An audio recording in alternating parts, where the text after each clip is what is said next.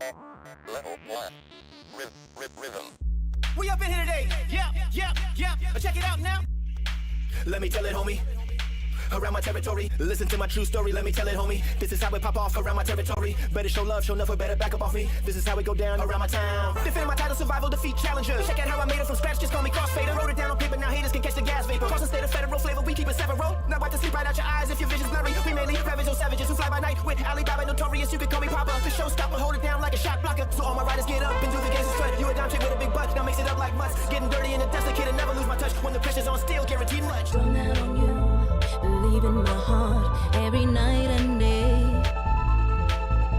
I'm strung out on you. I can hardly wait to see you again.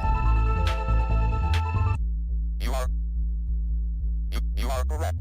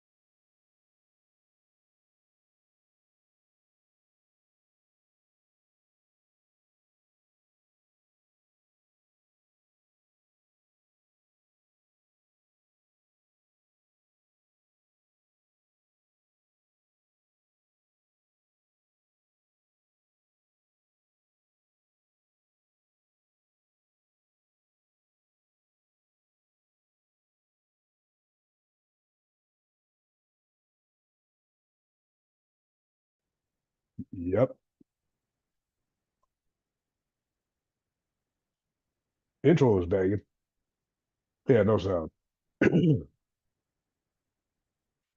me see. Okay.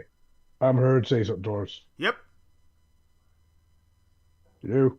Hello? Hello? We good? Hello? Yep. We're on a delay, so.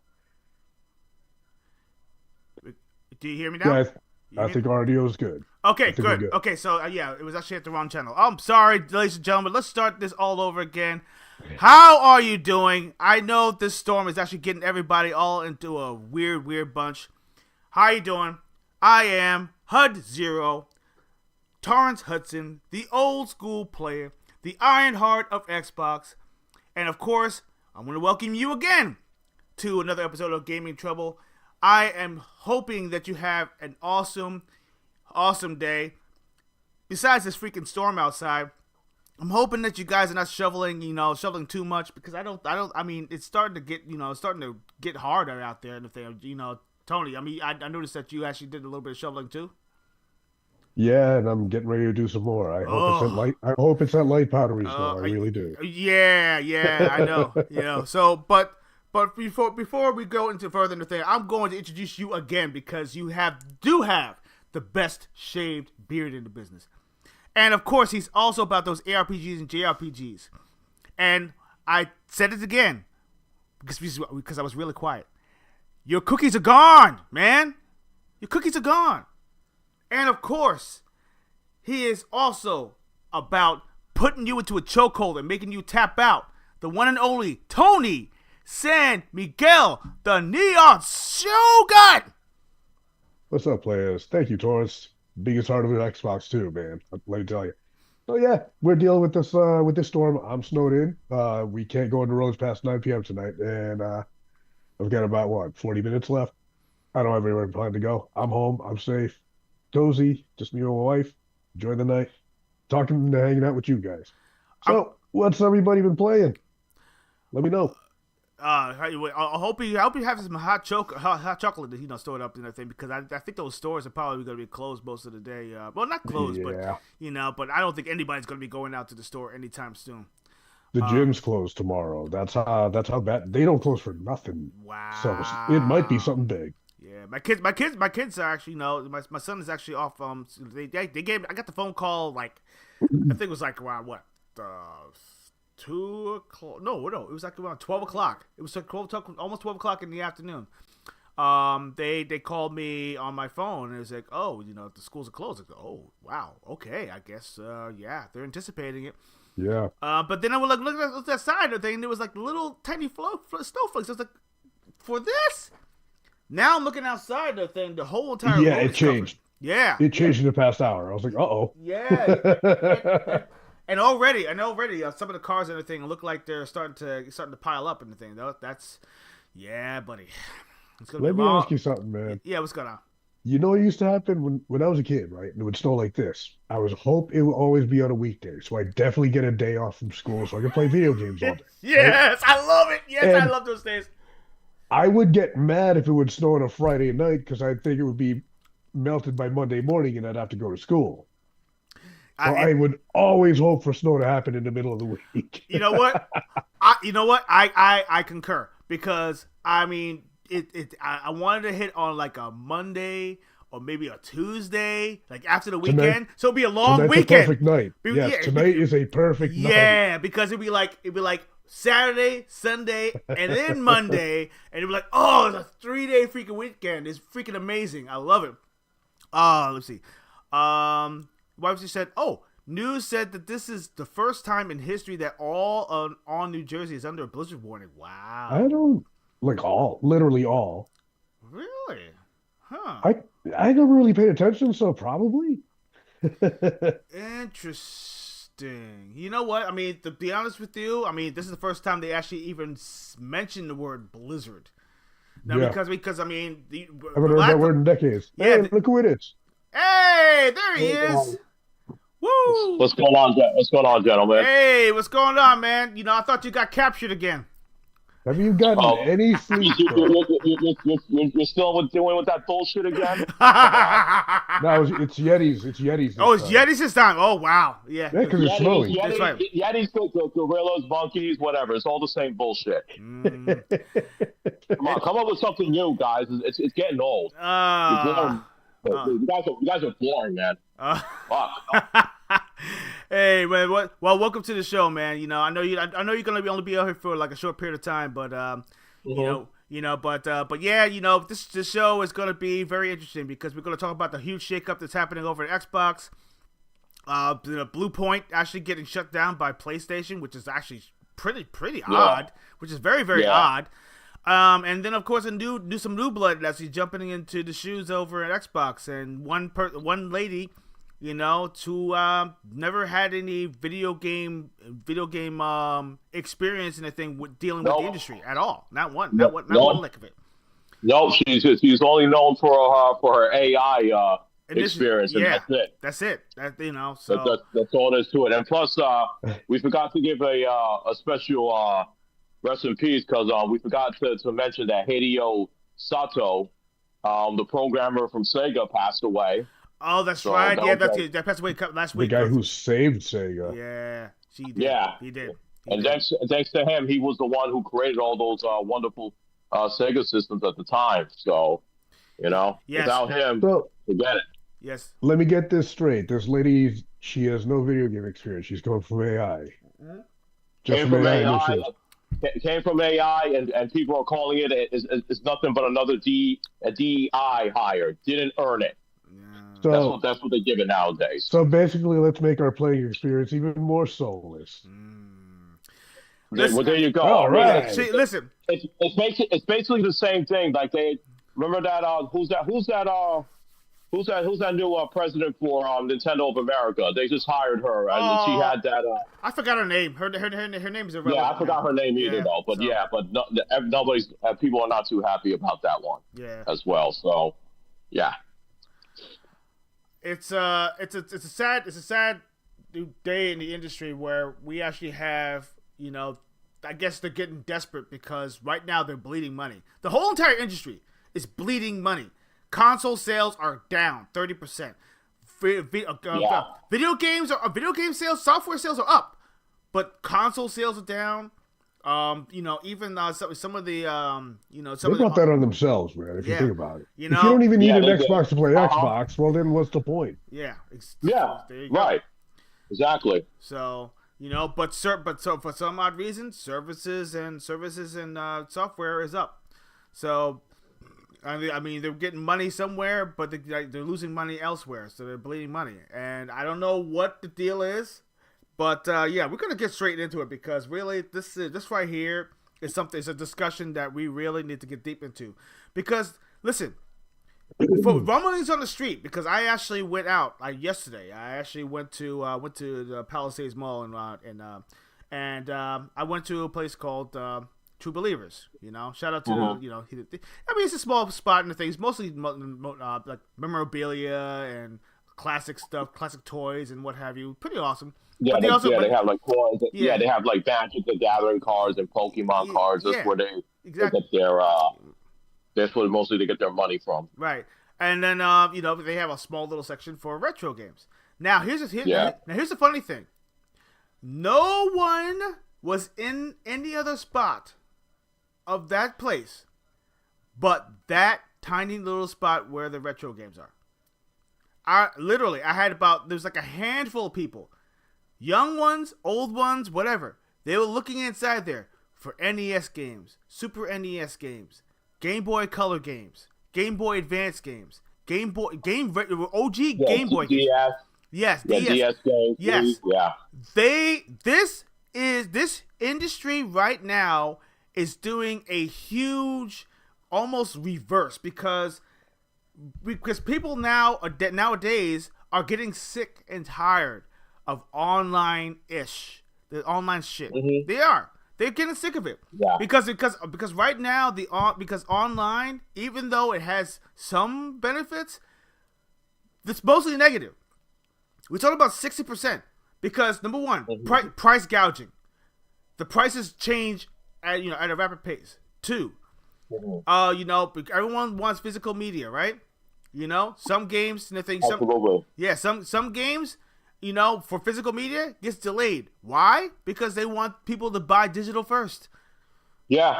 That doesn't make you see that a lot nowadays. Like you see all these companies what they're doing. You know exactly what they're doing. They're trying to get like money like right away from these people, and they want people to. They're forcing people to go into digital. So that's like saying to me, it's like you don't want people to own the games though, because I said this so many times.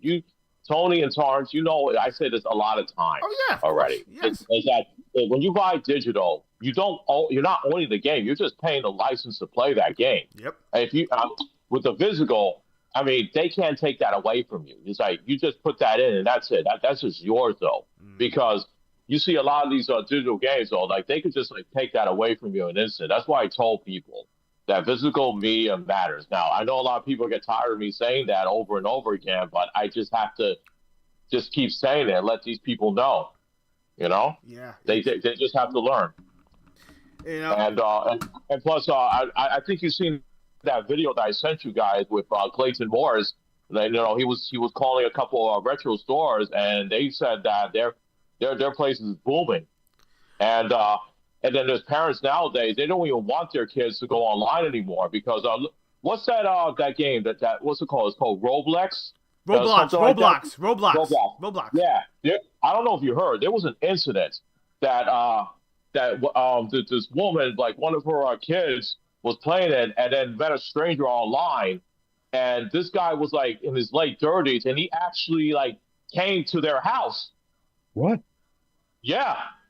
Yeah, I saw a video of this. Like this guy actually came into the house, and I think the child must have gave the address. Oh, I was like, there's a lot of creepy fucks out there, and this is why online can be very dangerous, though. And I don't blame these parents. They just want to get like games that just have offline completely because what's his name?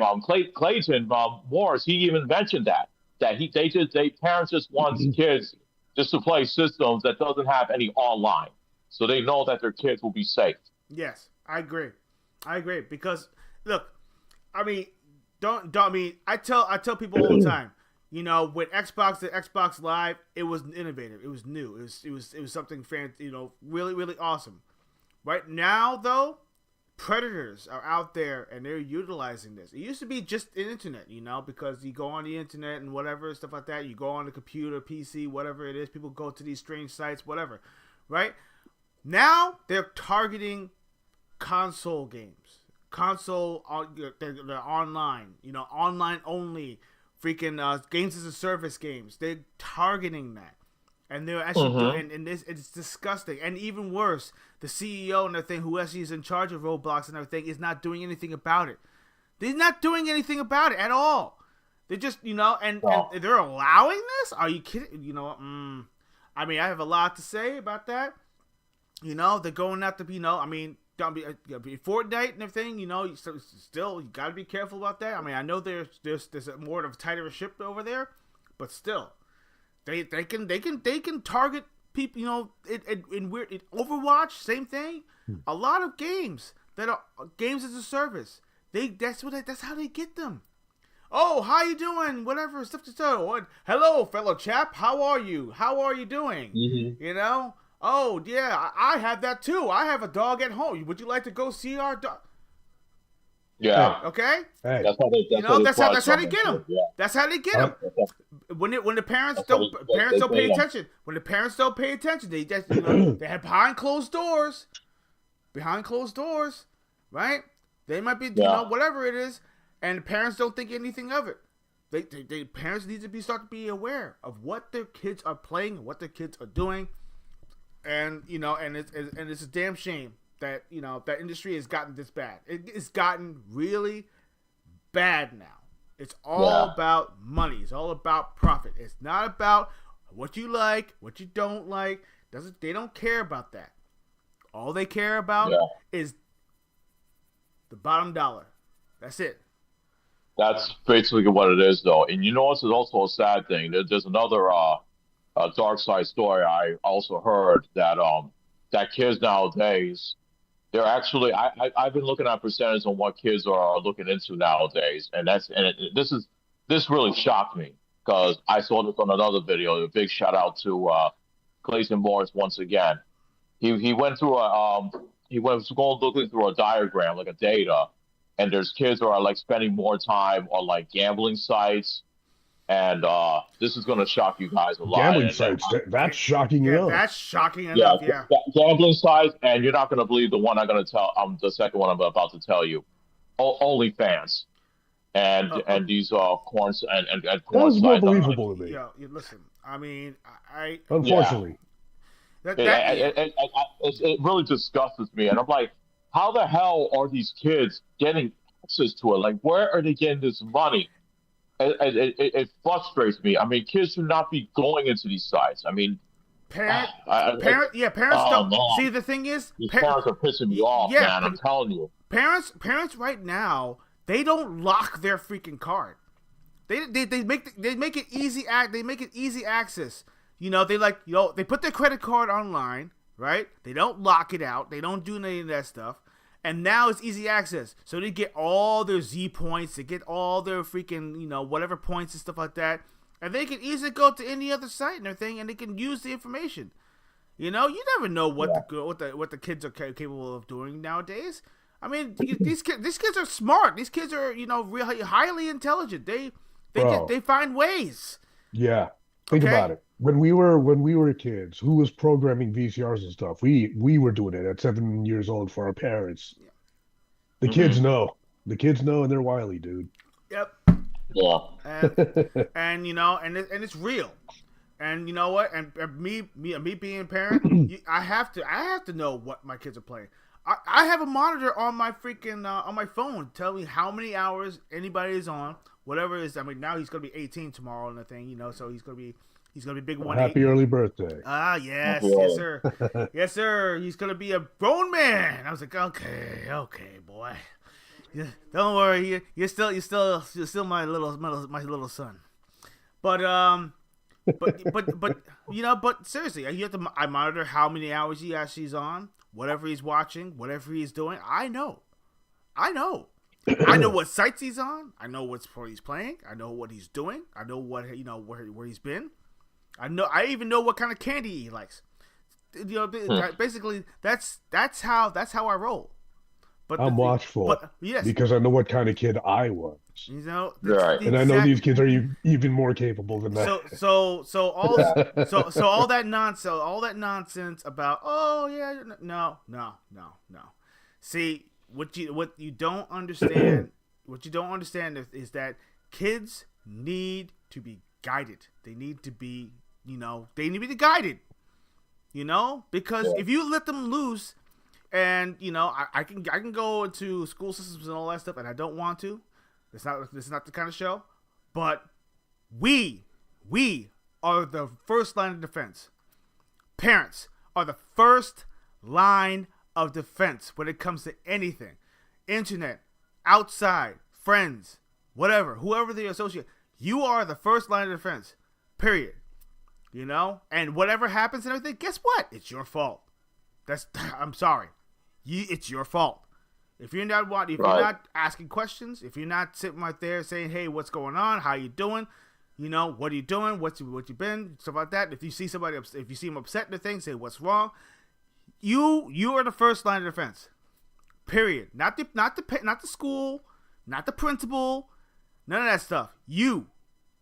Yeah. And basically, you're at fault because of all the stuff that's happening. You are at fault. So exactly. So and I'd be damned if I don't have any kids though, but I'd be damned if I had kids though, and then they try to get. If there's one site I could destroy completely, it will be OnlyFans because it's ruining kids' minds. It's also destroying men, and it's destroying their dopamine as well. If you know what I mean by that. I know exactly what you mean. Exactly. Yeah, I won't go into details, but look it up though, and you'll know exactly. I know exactly what you mean. I wish I could destroy. If there's one site I could just get rid of for good, it would be Only Fools. I like to call it Only Fools because it's for guys. Guys are the fools for subscribing to that site, and the girls who does that are fools as well. Exactly. So. But but anyway, getting off of that, that stuff right there. This is actually a real thing though, because we're talking about the internet. So that's the reason why retro games are starting to become welcome. They are very, very welcome. Parents, young folks, young kids are actually going after old consoles now. NES, Super NES. Literally, I went into the store and everything. Person was like, "Oh, I want that Super NES, the classic set with two controllers in the Super Mario World game." And I was like, "Damn," it was going for like a good $400 something and whatever it was. And I was like, "Yeah." I was like, "Oh, you're gonna enjoy the heck out of that." He's like, "Yeah, I already know because I actually have a few games at home already." I was like, "Oh, you trying to build your collection again?" He's like, "Yep." I was like, "Oh, yeah, have fun, man." But see, that's the thing though. The community is bigger big. The community is bigger now. That people, like now these retro games. Now people don't even care about cost. Why? Because they know the value is there. That's the value. The value proposition of all these games right now is, even though it's going up and down, people don't care. The nostalgia is there. The game, the quality is there. Everything about. Listen, there's some games out there that was ahead of its time when it came to graphics and gameplay and all that stuff. Absolutely, and people that, and you don't have to deal with patches or DLCs or any of that stuff. The entire game's on a cartridge. The entire game. Or disc. Yes. Or disc, whatever. Yeah, but I tell you what, though, I mean, nothing beats like getting just that one game. I remember we saw those Saturn games I shared on the Vault, though, and it always feels good like I got that new game added to my collection, and I could just like take that game, put it in my disc, and play it, and just enjoy it. And I don't have to be online to do that as well. Indeed. It loads up so fast. None of that's installing bullshit that you have to do with your PlayStation 5 or your Xbox Series X, and none of that installing. Like you gotta wait like 20 to 25 minutes for that game to install in your system. Just put that sucker in, and it boots up, and then you're good to go. Absolutely. I miss those days. Yes, I really miss those days. I love You it. just pop in a disc and it plays. You can still relive them. I still relive them. I was playing with my Saturn a couple days ago. And I was like, oh man, this feels so good. Exactly. Instead of exactly when when I play Yakuza Kiwami 3, I had to wait like freaking 20 minutes for that game to install. I'm like, I just want to play this freaking game, man. I'm so tired of this installment. That's what kind of burns me out of the modern console and gaming nowadays. Exactly.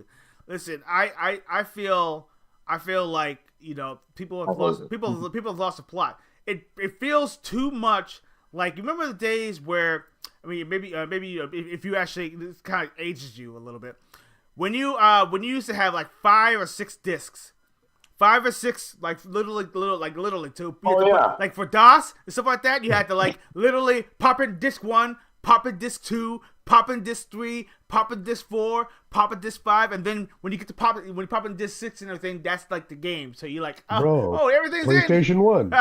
oh yeah, that's Look at PS1. I had Final Fantasy and Metal Gear Solid. They were both several discs. Yep. Well, look at the Dreamcast. Look at Shenmue and Shenmue 2. Oh yeah. Insert disc 2.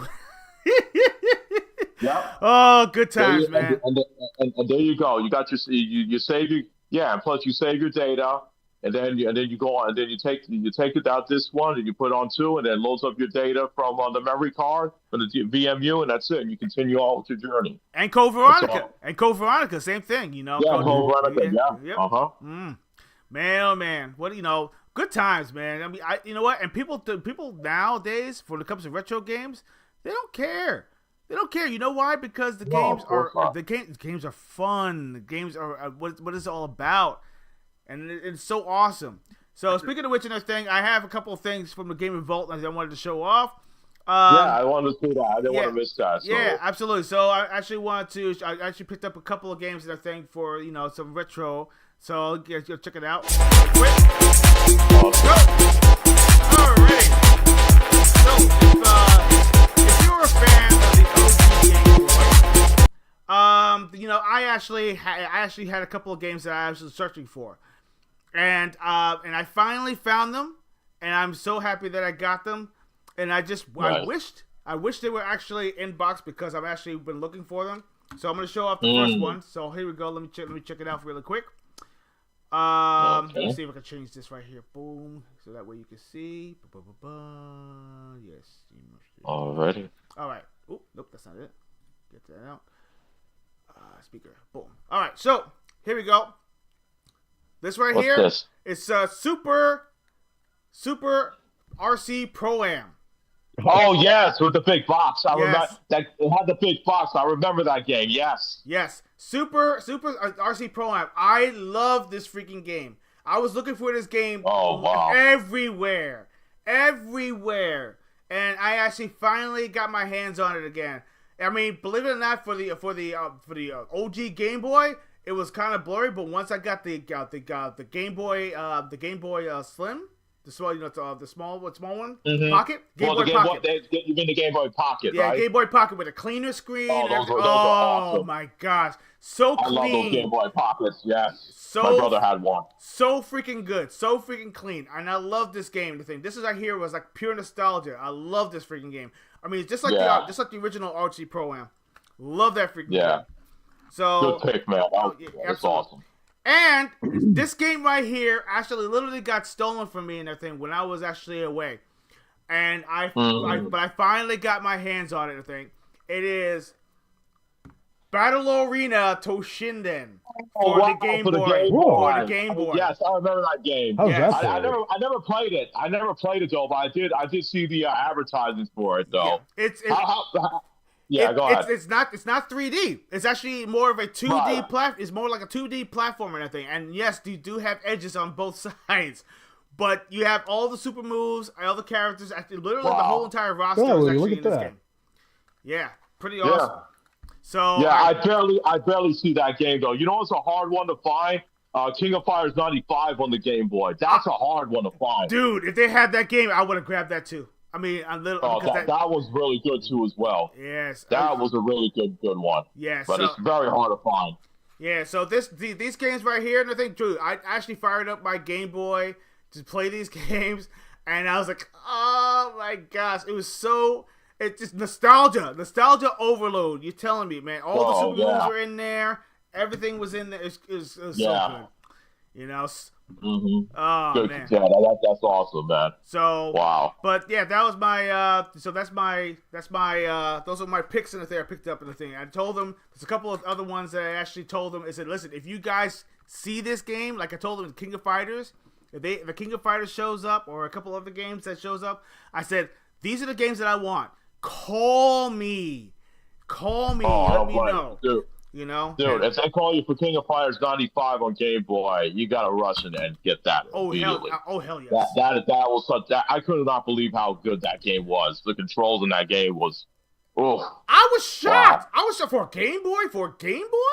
How well and accurate it actually is. Holy cow, man! Even the combos were good. Oh, it's just ridiculous. Yeah, my brother had. Speaking of fighting games on the Game Boy, for the original Game Boy, you know, it was a good one. Street Fighter 2 was a good one. Yes. I was shocked how Street Fighter 2 how played it was on the original Game Boy. That was a really good one. I'm actually shocked. I'm actually really shocked of how well the Game Boy really was ahead of its time when it came to certain games. You know, I still want to get Nemesis. That's a game that I'm looking for. Nemesis. There was another game that they actually had the Gradius game. So the Nemesis and they had Gradius. That Gladius game was good. Yeah. Bullet hells. Yes, but you know what? Listen, one hit death. What you get powered up and everything, So ripped off, and man. you feel get ripped, so pissed off. and then you're like midway through the stage and everything with a pea shooter, and you're praying for your power ups. You're like, oh man, I got to and then the boss survive. just eats you. Yeah, literally. Literally eat you. Yeah. You know, if you're lucky to save and everything, you actually save your orbs to be able to get at least one option. You know, I mean that would be great, or at least a powerful weapon. That would be nice. You know what's funny? Your teeny tiny explosion when you crash into the giant boss. It just looks like pew pew pew pew pew. That's it. And you're like, You're done. Yeah. It looks so pathetic. They really stick it to you when you lose, man. Yeah, and it's whole screen, and the whole screen pauses, and the whole screen pauses. It doesn't even keep on scrolling. It's just. He's like, "Oh, you're dead." It's like they're all laughing at you as your pixels drift away. Oh yeah, of course. Holy cow! Man. Oh boy, but you know, I'm glad I picked it up in a thing. I'm believing that I have a lot more to search for because I mean my Game Boy collection was pretty damn big. I had a lot of great games. You know, I still want to get the six golden coins and everything is another game I want to pick up and everything. Six golden coins is a great game. Yes. Oh man, Super Mario Land 2. Super Mario Land 2. Such a great game, Yep. though. And I still I still have Castlevania Adventure 2, and Castlevania Legends, and I got Ninja Gaiden Shadow on the Yeah. game. Oh, Ninja Gaiden Shadow was That's such a- fantastic. Oh my gosh. It was I bought that game. I think I got it was like last year or so. That game was so good, and they still got some of the classic music in there. Oh man, Yep. Oh my they gosh. did that game justice on there. Oof. Yep. That, and I also want to try to get that Paperboy. Thing. You know what's funny too? I never played the Paperboy. How was that? It's actually not that bad, but the thing is, though, they actually reversed everything because you remember the original Paperboy was everything was on your left hand side.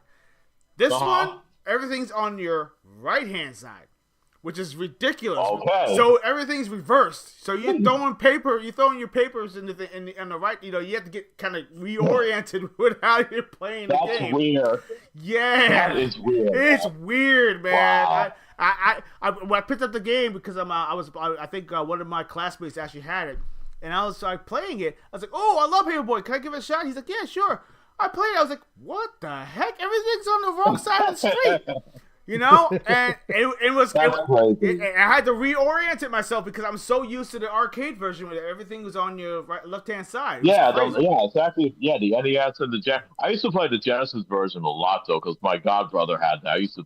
I used to play that, and it was almost arcade perfect too as well. Yeah, that's. Oh, you know what? Tengen. I would say Tengen is actually one of the best companies that actually brings games back. Tengen and another company, I think it was Mindscape. Yeah. Mindscape. I think it was another company. That. Yeah. Yeah, So, I remember Tengen did bring Shinobi on the NES though. And Fantasy Zone. And Fantasy Zone. Yeah. Oh, Fantasy Zone. Yeah. Oh, I love that freaking game. One of the best shooters that I've played in a long, long time. And some of the stages get really very innovative. Yes. It definitely was. Oh yeah, It was one of the best games absolutely. ever played back then. Yeah, it was ahead of its time. It was ahead of its time. It was just, Absolutely. You want to know what's funny though? I don't think it's all talk because we're talking about Fantasy Zone. You guys are familiar with Yakuza Kiwami 3? You can play Game Gear games, right? Yes. Yeah. Yes. Mm-hmm. Okay. Well, I was playing it like this past couple of days though, and you actually can buy some like Game Gear games.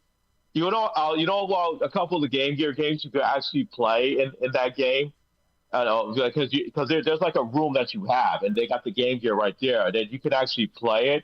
They got these games you can actually play, and you can actually buy the games at the store. You could play Mappy, you could play Fantasy Zone, you could play Streets of Rage 1, you could play Shinobi. You can play Sonic Drift, you can play Sonic Chaos. Damn. On that Pac-Man. It's crazy. I wanted to spend a little bit of time playing it. But I said, you know what? Let me. I got to beat this game first, and then I'll go back and play them. See, I love those unlockables awesome. though. I love those unlockables and everything, and also I love them.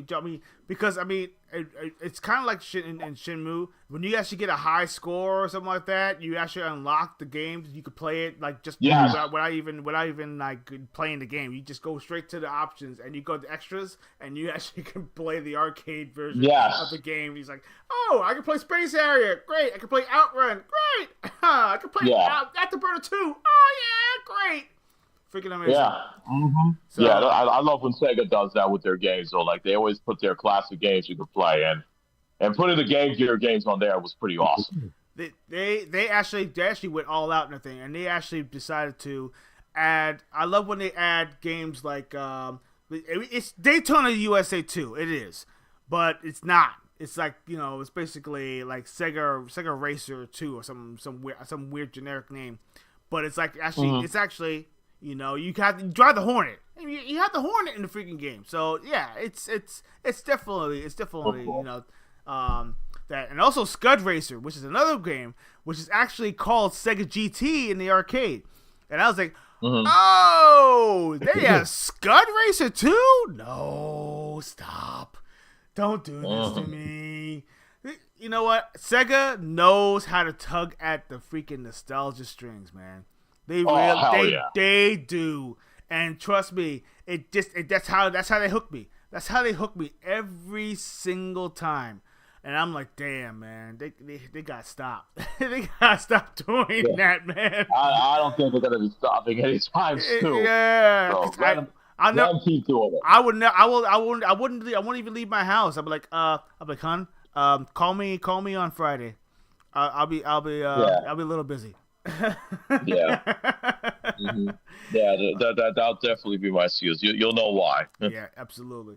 So, but yeah, I mean, so doubling back to what's going on in the industry.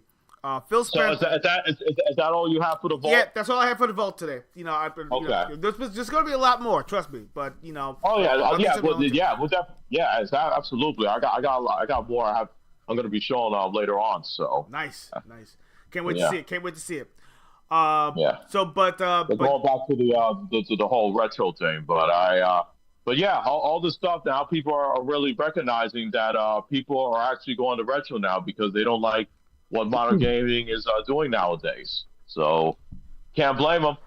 Can't blame them at all. Not at all. And I feel like that I mean, when you look at the signs, and correct me if I'm wrong. A lot of the executives and everything are basically there's been a lot of anonymous messages and people who actually are calling this out and saying, listen, we don't like the direction that this is going. The AI initiative and the things being forced onto developers now, and I mean, they're Satya Nadella and everything. He actually has been pushing this AI stuff, and people were calling it AI slop. And funny enough, how one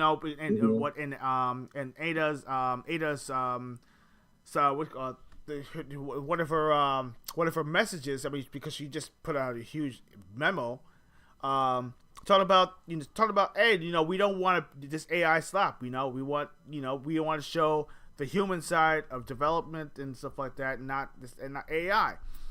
I think that's all corporal speak, because I think they're just trying to kind of ease everybody into the fact that she's taking over, and she wants to erase her background in a sense, because a lot of people are saying, listen, this person is not, she's not really a game developer. She has not had kind of experience.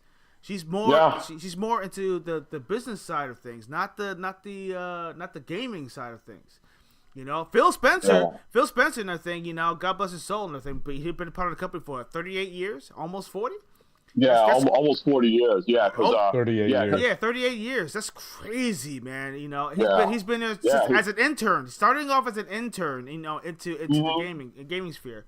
The first game he actually worked on, the thing was Flight Simulator, and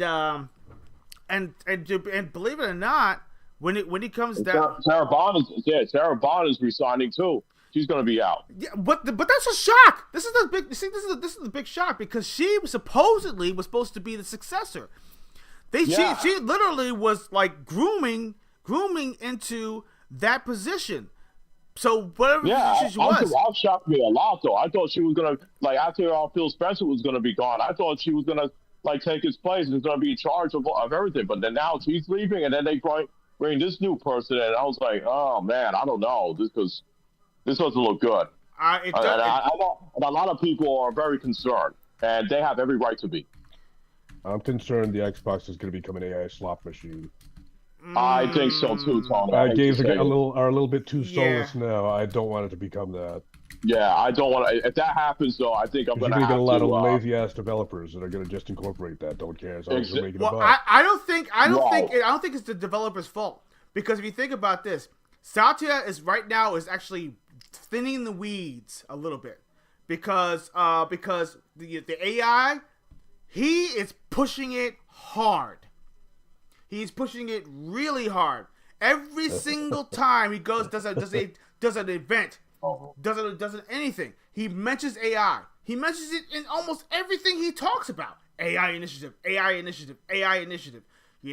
Co-pilot in this, co-pilot in that, co-pilot in Windows, co-pilot. I mean, seriously? Co-pilot your and ass. now, and then now he wants to do now he wants to be like, pretty much the one, who wants to force the developers who actually work in Xbox, even some of the devs, If the devs are not working with AI, he is right now going after them and saying, listen, I gave you these tools to be used. If you're not using the tools, then we don't need you. I have a feeling I'm pretty sure that's kind of like what the conversation. I mean, it might be look loose tongue about it, but I have a feeling that it's something like that. And I have a feeling that Phil Spencer, you know, I mean, he won't say anything. I'm pretty sure he won't.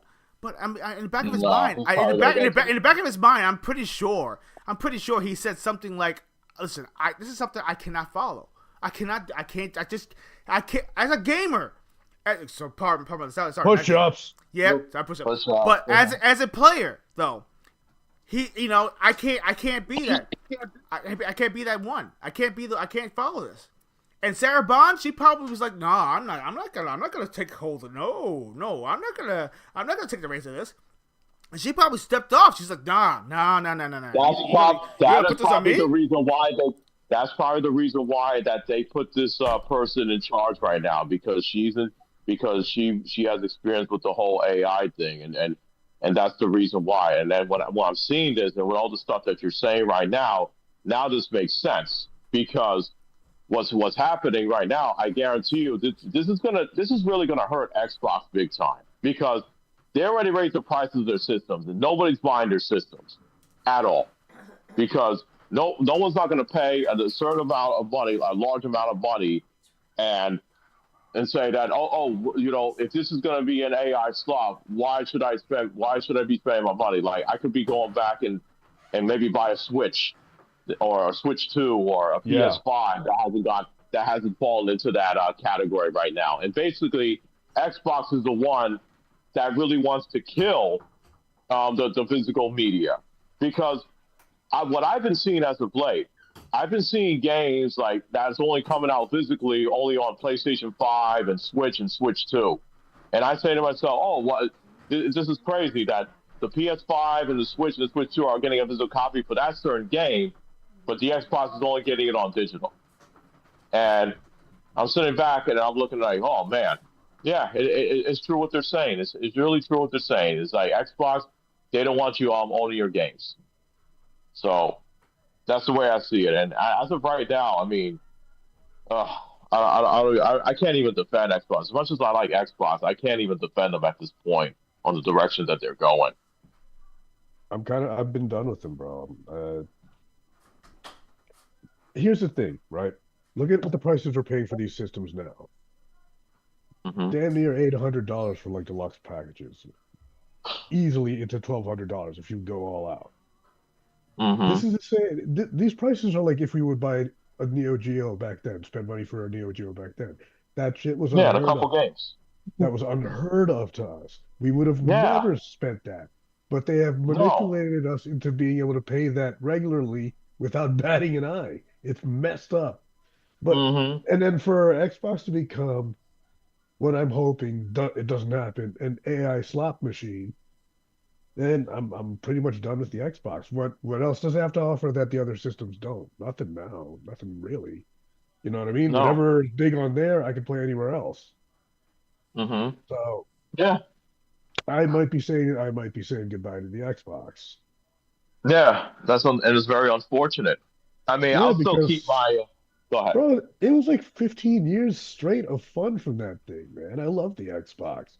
That's why this is really sad for me to see. Mm-hmm. It's depressing.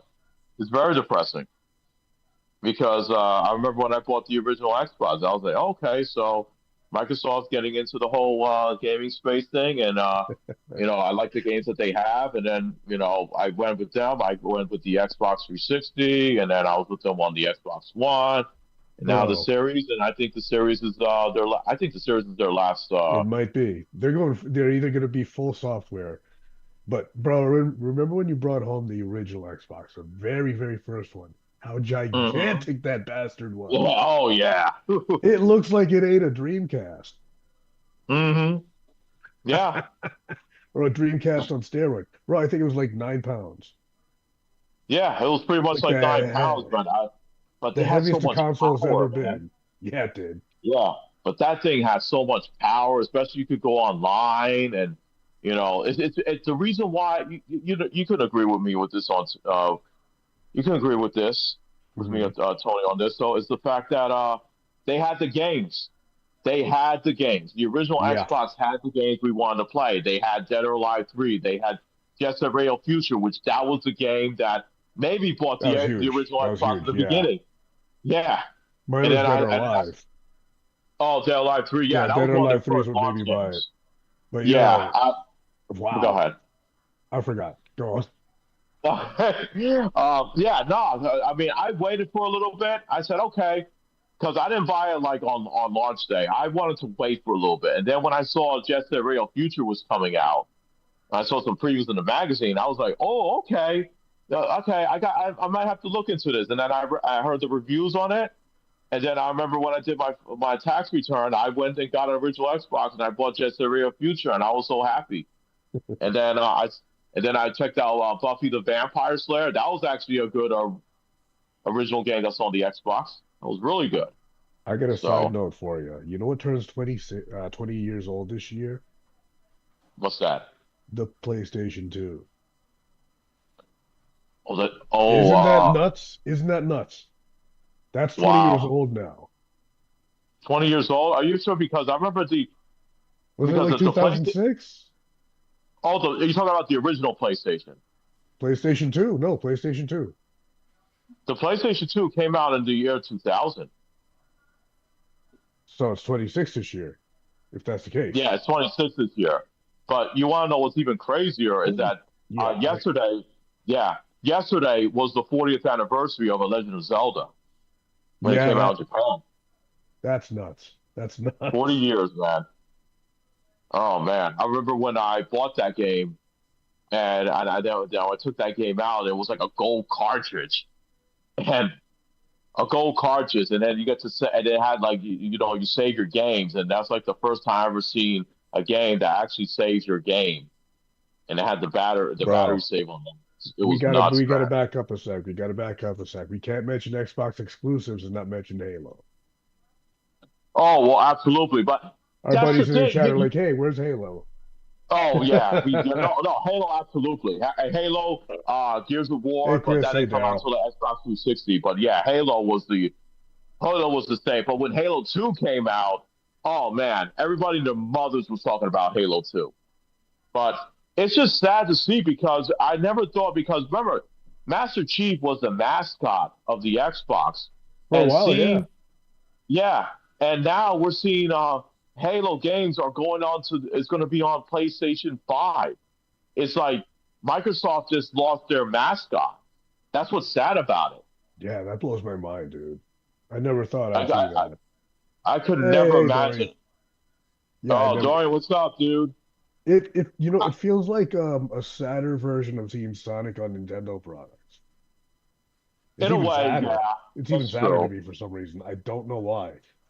Yeah, it is sad. And plus, seeing Gears of War that was on PlayStation 5 as well. Yeah. Be- But you know what? It expands the fan base, and I have more friends to talk with it about. That's the bright Right. side. But I mean, it is kind of sad to see it. And I don't know. There's some weird emotional attachment there I can't put my finger on. Yeah. Yeah. Oh, I remember Oddworld. The Oddworld was one of their launch titles that came out on Xbox. I completely forgot about that one. I should go back Yeah. and check that out.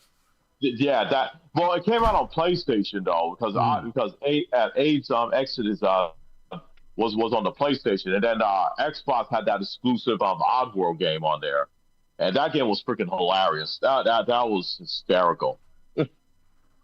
Those games were nuts when they came out. So, but I remember when Halo 2 when it first came out though, and then that was like big. That's when everybody started gaming online. That was that Mhm. was that was huge. Every you had the red team versus blue team, and you were just going at it. Though. That Bro, was something. it was so much fun. You get on the bootleg server, so you don't have to play on Xbox, and you just went nuts. Yep. Then, You yeah, just me and my cousins, we'd have all four controllers, split the entire screen, and play it online with other people. It was We great. we actually, yeah, I remember. We used to have like death matches too as Yeah. well. Those were so fun. I Bro, always like going on. Go the ahead. trolls were hilarious though. They Oh, actually took the time yeah. out to type out their insults, which is hilarious. Oh yeah. Oh yeah. They did it so fast though. I remember driving on in the Warhogs, and I like to just ram people over Yeah, on the Warhog.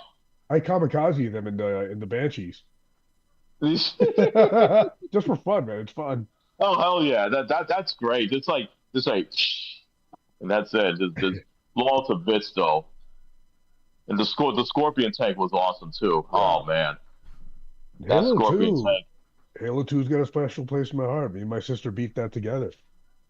She Yeah. came home from college and we played it together. Oh, yeah, we bonded. Mm-hmm. She's my Heck pal yeah. already, but we bonded over video games a lot as adults. That's like one of the best things though. Yeah.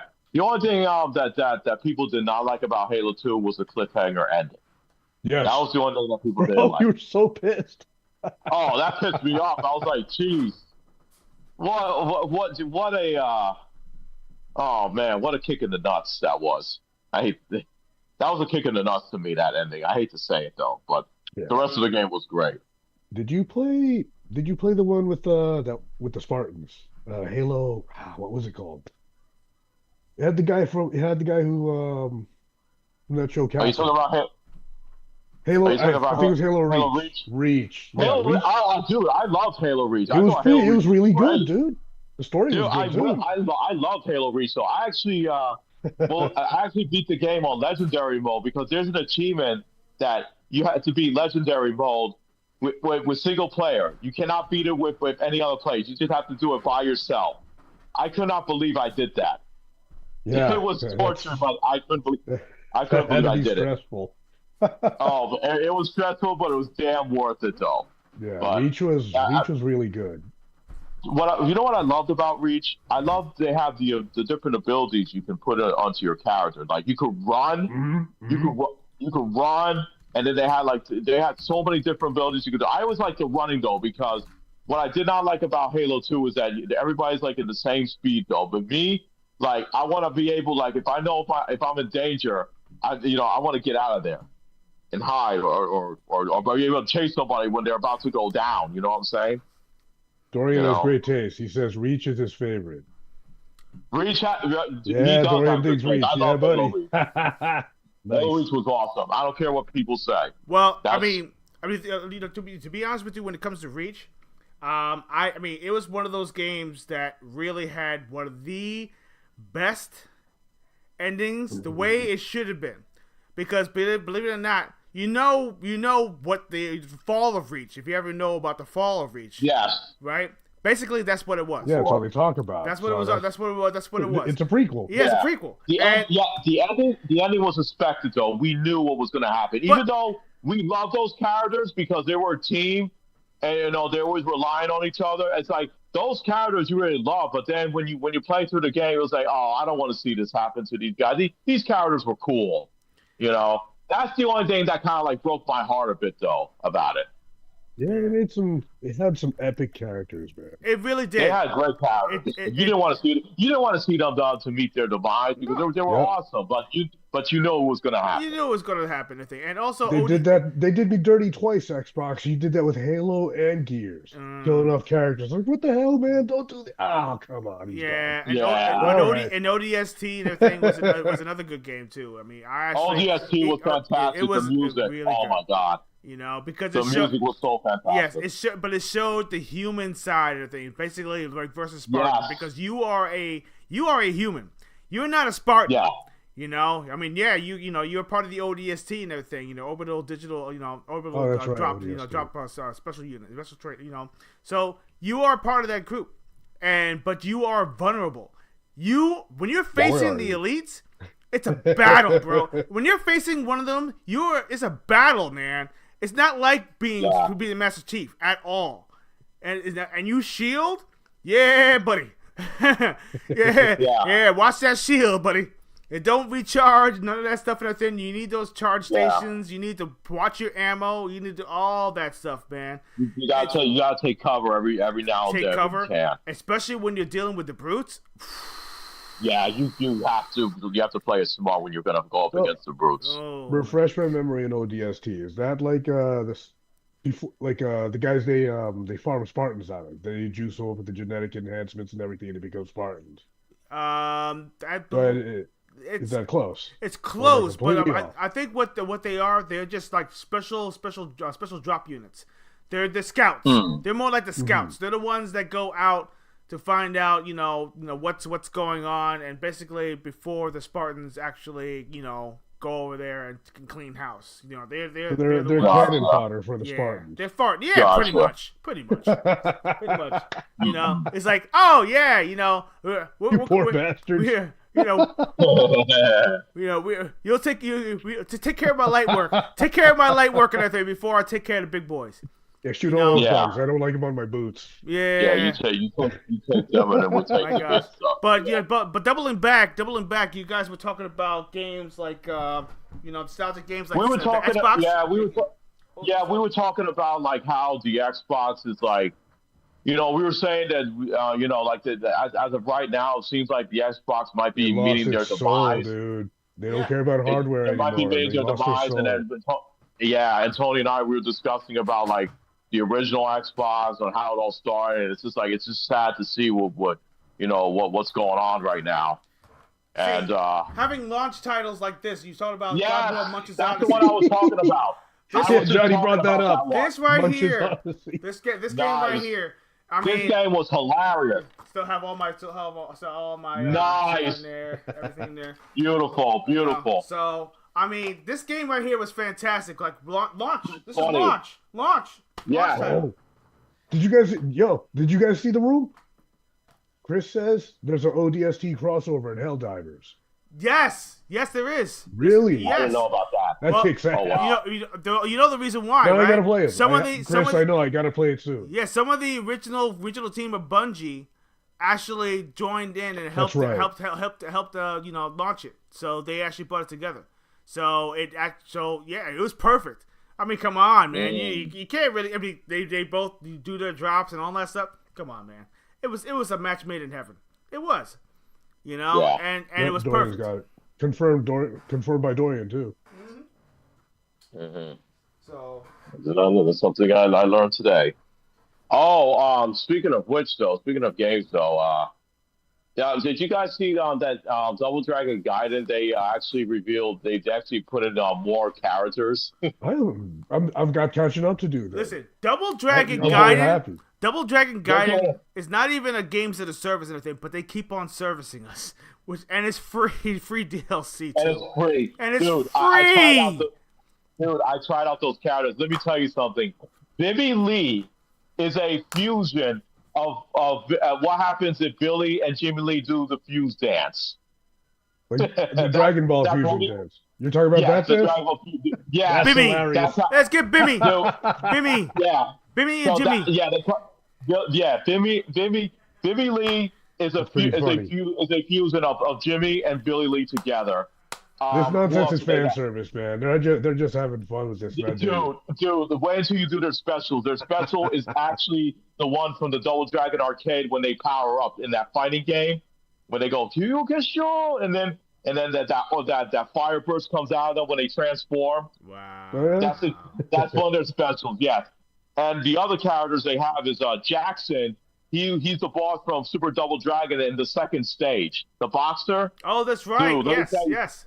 Dude, let me tell you something. He is fast. He is great. I tried him a bit. He's awesome. He has a ground and pound for crowd control. He's great though.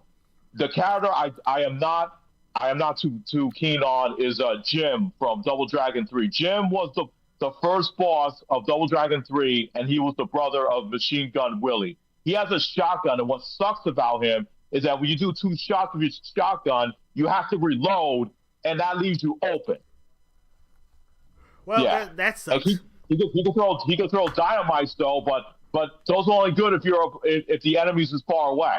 Yeah.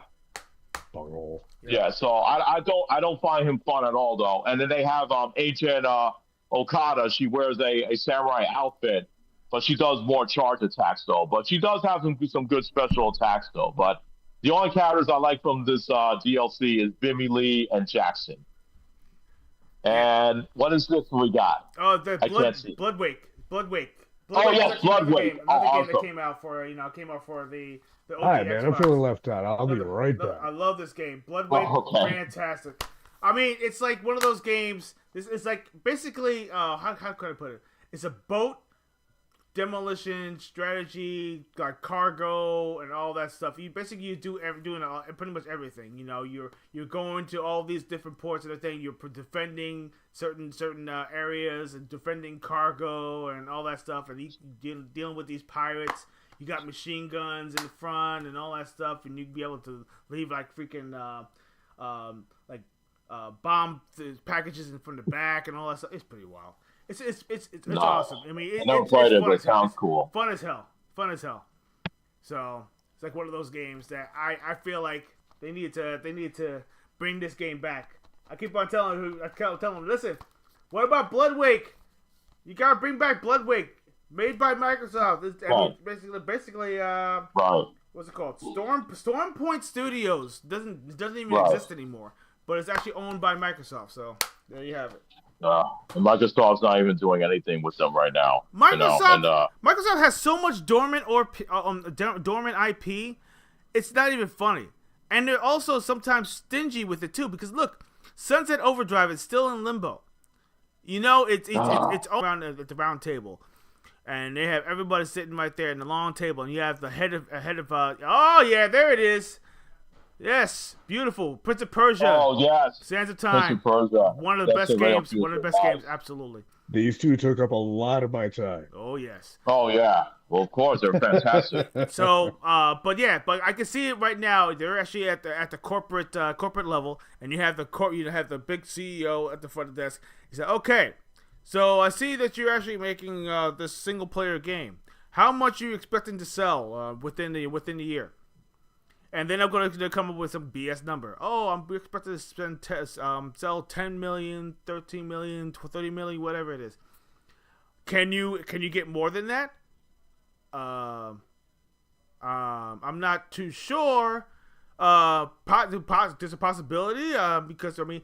There's 120 million consoles out there. I'm pretty sure we can actually hit and the corporate was like, no, we need at least about 90% groundswell with this game. Yeah, we want to hear 80 million. We don't want to 90 million. We don't want to hear 100 million. We don't want to hear 20 million, 30 million. Though.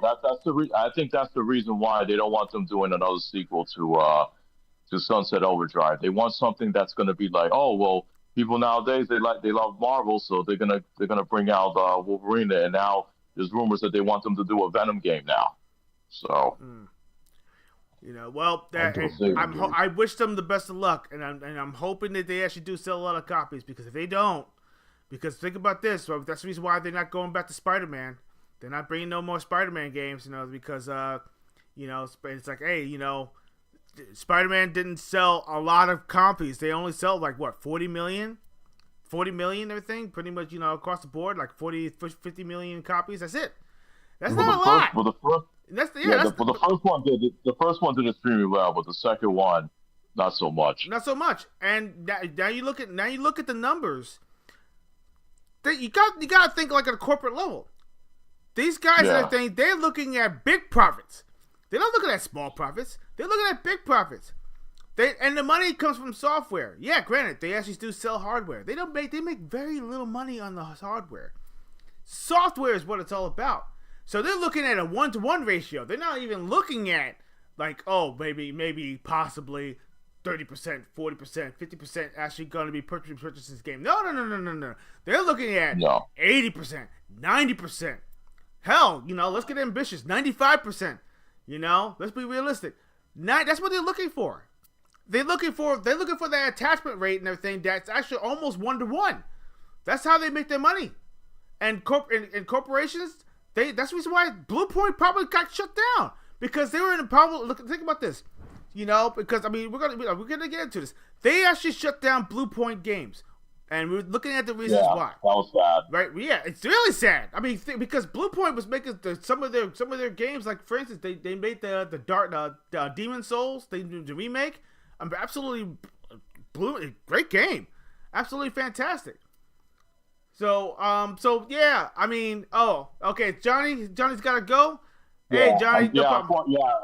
Unfortunately, I got to take off right now because I'm at work there, so making this overtime. So I wish I could stay a little bit more because this discussion was really, really good.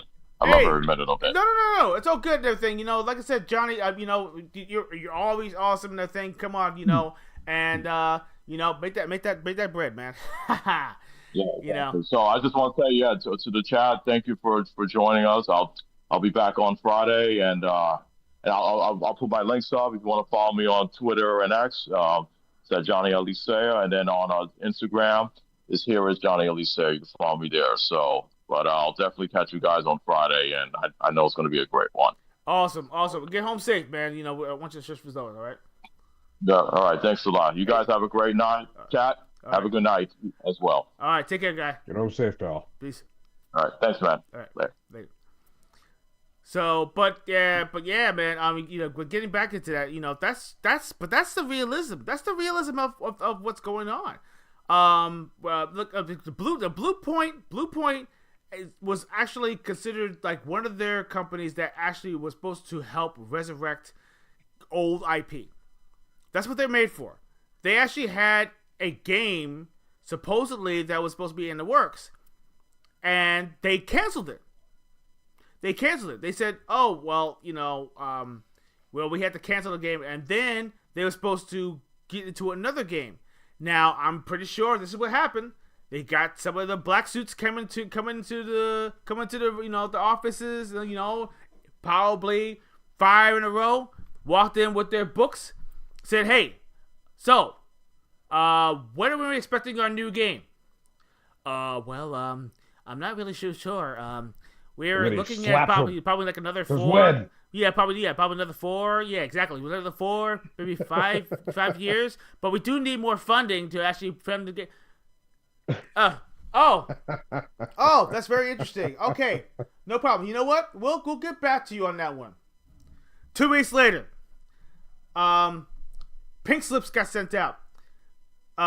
Due to our outstanding budgets and everything, we're gonna have to close down the studio, and probably the corporate they sent out the email probably 2 weeks before everybody inside Blue Point and everything knew about it, and that was just kind of messed up. Oh yeah. And then and now people are out of a job because they felt, okay, well, they're not making money fast enough for us, so we're gonna have to cut them loose. That's upsetting. It's upsetting for some, and a lot of players are upset about this because Blue Point made some pretty decent games for PlayStation, but I'm noticing this is actually a trend. PlayStation Sony has been shutting down studios very rapidly, and for one of the largest ones I heard. Yeah, for really large. Recently, yeah. Now I have fear for a lot of other developers out there. Insomniac, what's gonna happen? Mm-hmm. I think after Wolverine, they better have another IP lined up. I mean, and ready to go, and probably within a year or two, because I don't think the corporates are going to be waiting for like 5 years for the next IP. No way. They're looking for profit now. Because these games are not games as a service. Games as a service is a sure thing, which is actually what they're after. They are after games as a service, which is the reason why the same thing with Xbox. Xbox right now, they're looking for the next big buck. And the next big buck is usually they want it like yesterday. Not next year, not 2 years from now, not 10 years from now. Yesterday. Because they're looking at money, they want money now. That's the reason why they're looking at these free to play games and all these monetizations and these games as a service and all these additions and to keep players engaged. And that is a problem because there's too many of them out there. They're saturated. It's right now. It's saturated. You got how many games right now? I mean, I can name on both hands, literally.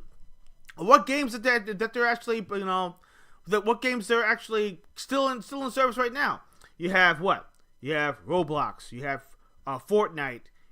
You have what this other game? I forgot what it's called. What was that other game? I forgot what it's called. But then you got PUBG, and then you got Call of Duty. I mean, Call of Duty right now is actually now a games as a service because they actually have all these new seasons are coming up all the time. And then you got you got Overwatch, which actually took off the 2 and now it's back to Overwatch. It's not just plain Overwatch. Yeah. Now it's Overwatch with seasons again. Yes. Which is so odd because it's like, oh, we're Overwatch 2. No. We're taking off the 2 and everything. Now we're just Overwatch. Forget about the 2. You didn't see it. You didn't see the 2. The 2's not there. Don't pay attention to the 2. We're still Overwatch. Don't worry about it. We're still the same old Overwatch that you know and love.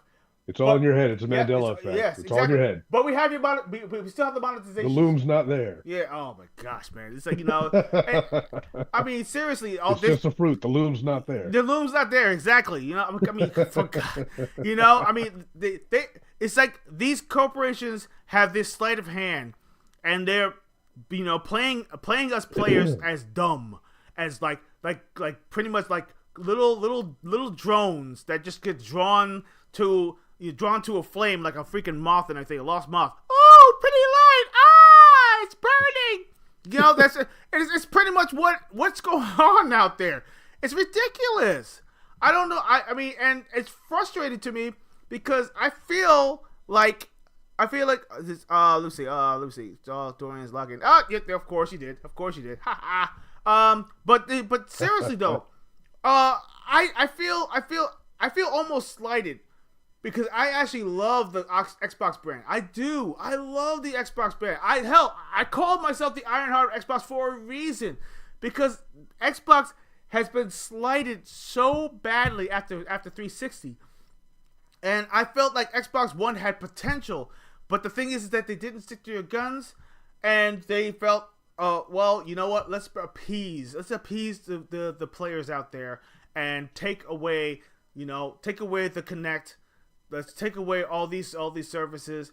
Let's take away the second screen. Let's take away all these things. Let's strip it down to bare bones and make it for... And then, you know what happens? Because now you have a stripped down machine that's less powerful than anything else. What are you doing? It makes no sense. And then you decide, we're going to give you a more powerful Xbox with the Xbox One X. More powerful console with more bells and whistles. You could be able to do a little bit more 4K, all that stuff, right? It sounds great on paper, Execution, yeah. Not too bad. I gotta agree. I love the thing, but I felt a little oversold. Exactly.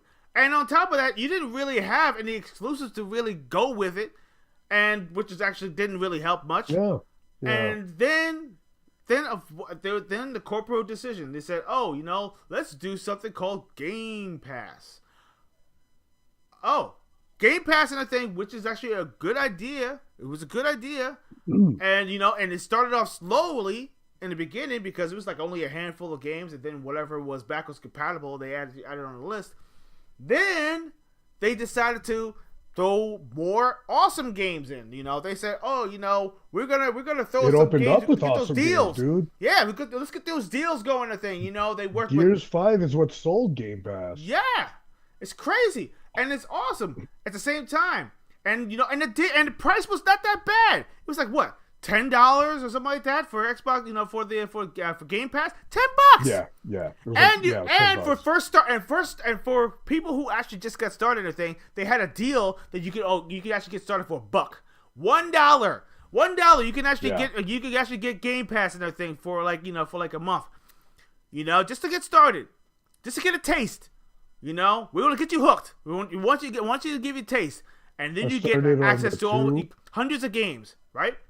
Yeah, it started on the 2 for $2. Yes, With Gears of War 5. exactly. And people were just starting to stack months. They were starting to stack months and stack years. They were like, Yep. oh, let's just keep on doing it over and over and over again. That thing, so that way we could actually have, Xbox Game Pass and everything forever, And the corporos caught on. They're like, oh, dude, we're losing all this money and everything on this stuff. We gotta stop that.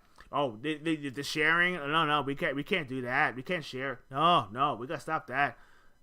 So you know what they do? They start limiting it. They took away the dollar deal.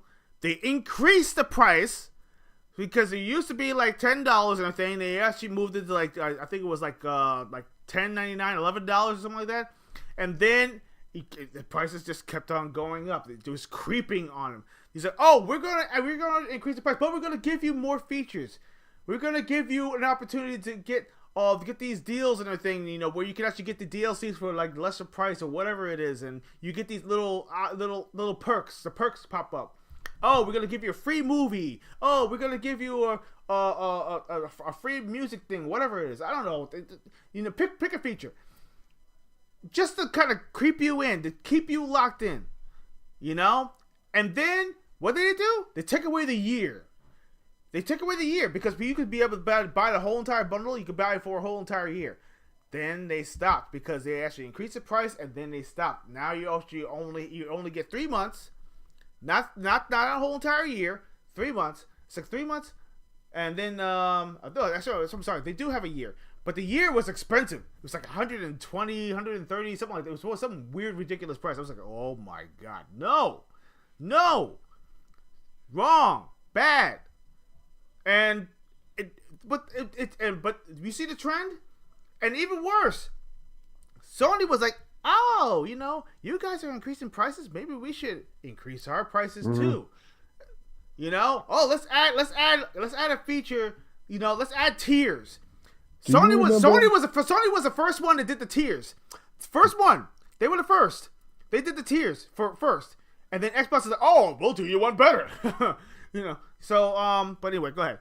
What are you gonna say? Do you remember when the PS3 first came out, the prices we pay? The outrage that we'd have to pay $600 for a brand new system back then. Oh my God, dude. Seriously. When everything else was coming out for half that? Yes. And now look what we pay regularly. Almost $700, which is ridiculous. And back on the Game Pass, it started at 10. You know what I'm paying now? It's 30. 30 plus tax. Yeah. Tax. It's like 32 and some change. Plus tax. I see it on my statement every month. Yeah. And I'm like, and I'm saying to That's myself, why I take full advantage of it. and I'm saying to myself, I'm like, are you kidding me? $30 a month? Again, but people are like, oh, but you still get a good deal. Am I? Am I? Not for long. Not for long. Because I have a feeling because they said rumor has it they're gonna have a tier that actually adds ads. They put ads in their freaking games. So that means you play a stage and everything, then the ad pops up? No, thank you. I'm sorry. Oh, hell no. No. I don't care how much it is. I don't care if it's $1. Do not put ads in my gameplay time. Xbox it's going to become AI slop full of ads. Oh, that's another thing. I don't like this direction. I don't like this direction the company's taking. And now it's sad because I love the games, but this is sad, man. I'm glad I'll have all my current and retro ones to play from them, but I don't know if I'm going to patronize their product anymore. See, and this is why the favor of Xbox right now is tasting like if we went from cotton candy flavored to like freaking like not even licorice. It was like some weird like those joke flavors from Jelly Belly. Yeah, exactly. Tastes like here, enjoy some earwax. pencil shavings. Something like that. Earwax, boogers, and pencil shavings. Oh God, enjoy. Yes, exactly. It smells like shit and tastes like a fart. I mean, it's pretty much what it is. God. I mean, But this right now is starting to become the realism of what's going on in the corporal level. I think everybody in majority wants to play games without having that headache in their mind. They want to be able to play games without that thought. They want to be able to just wake up, grab your controller, turn on your console, play whatever games without having to worry about that stuff. But now it's so apparent now, and it's all over the place. You actually see it as soon as you turn the console on, and you're like, "Wait a minute, hold on. Why did you take away? Why'd you take away groups? Groups is gone now. You can't even go. You can't make There's no groups. They took groups away. So now, and they say, oh, but you do have groups that are actually built by the games. So whatever game you actually have, you could actually be able to, get a part of a group. You could be a part of that group. So you have Fortnite group. Oh, Fortnite makes it. If you got Halo group, Halo makes it. If you want Bethesda and their Fallout group, they'll make it. But you, as a player, can't make one. So they took that completely away. What backwards minded corporate thinking is that? It's strange, dude. It doesn't make any sense. Oh, but they got Discord. Oh, they got Discord. They can go to Discord and do it. Dude, what? Okay. I mean, but not everybody has Discord. Why can't you just do that at console level? It was easier. You could be able to go on there, get your friends, right? You meet them online, and boom, make them a part of your group, and you could be able to have your sessions all set up. Now it's so stupid. It's so dumb now. So now you have to go on freaking Discord, which now Discord is starting to get on my nerves because now I'm hearing that you have to have some kind of weird facial recognition of what kind of BS that is, so you can be able to still be able to have all the features that are age appropriate. Come on, man. Don't give me that. No. What is this, Minority Report? This is it's starting to feel like it. Yeah. It's starting to feel like it. Don't put it past them, the thing. Pretty soon you're gonna hear the guys in the door. Do, do, do, do, do. I know what you're gonna do next. You're coming with us. Come on, man. Oh shit. I just can't. I can't, man. I mean, it's a sad state to actually see stuff like this. I don't know exactly what Asha Sharma is going to do. I mean, she is putting her feelers out. She's been asking questions on Twitter. She's been asking questions on Instagram and all that stuff. Trying to get her feelers out there. Trying to see where the players' minds are. What games they actually like. What they actually play. What their top 3 games actually are. In total. It doesn't even have to be Xbox. It could be anything. People out there. She's doing the evil villain thing. I mean, yeah. She's asking for all the stuff we like, just so she doesn't put them in. Oh, listen.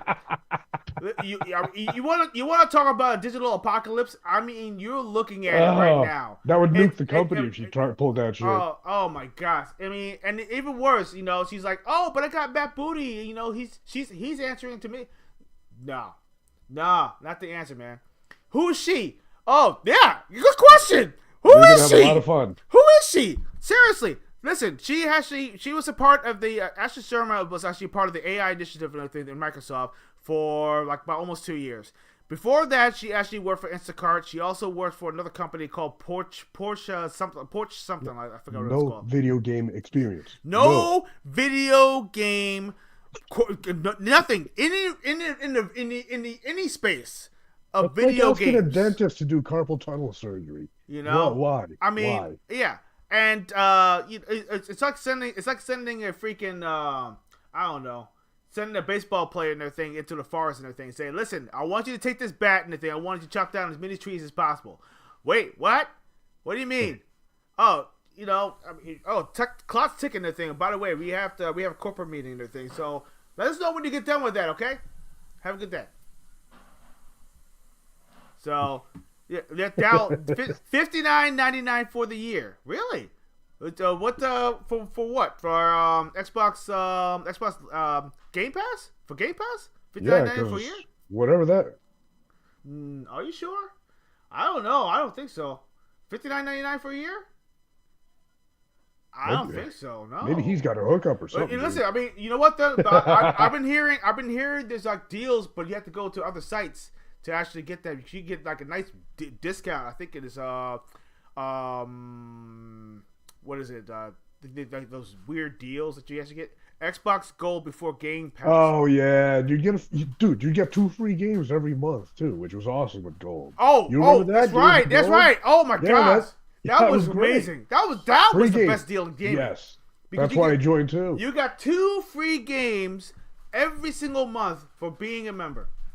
2 free games every Yeah. single month, and then you find out what the 2 games actually are before they actually get them, and you can download them and they're yours forever. I still have the whole entire slot of freaking games that I actually downloaded for Xbox Live Gold. And I still haven't played them too. which Yeah, is some of them I funny. have it. Some of them were really good. No, some of them were really good, Yeah. and I still play them nowadays. You know. Dude, But- Black Flag. Yeah. Black Flag was one of those games. Yes, exactly. But see, players. I mean, I'm pretty sure you agree. You know, this industry right now. I mean, and you know what? I mean, shout out to oh no, it's Alex. He's great. He's funny dude. He actually put out a very good point.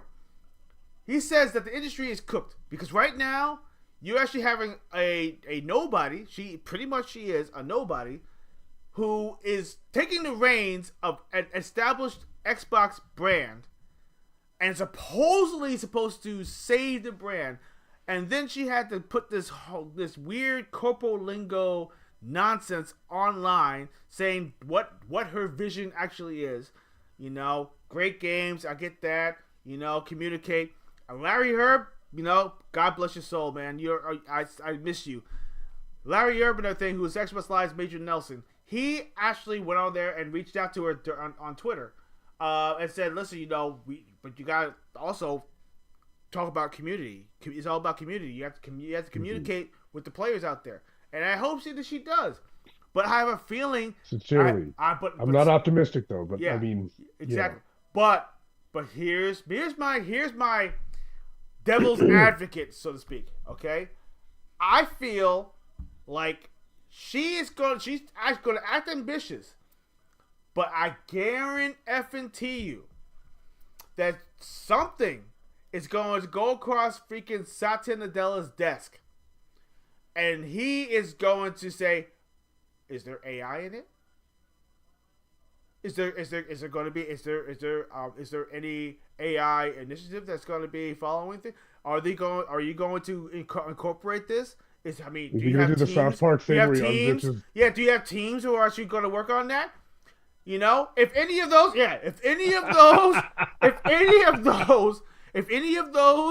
answers are no, I guarantee you it's going to be vetoed before it even gets started.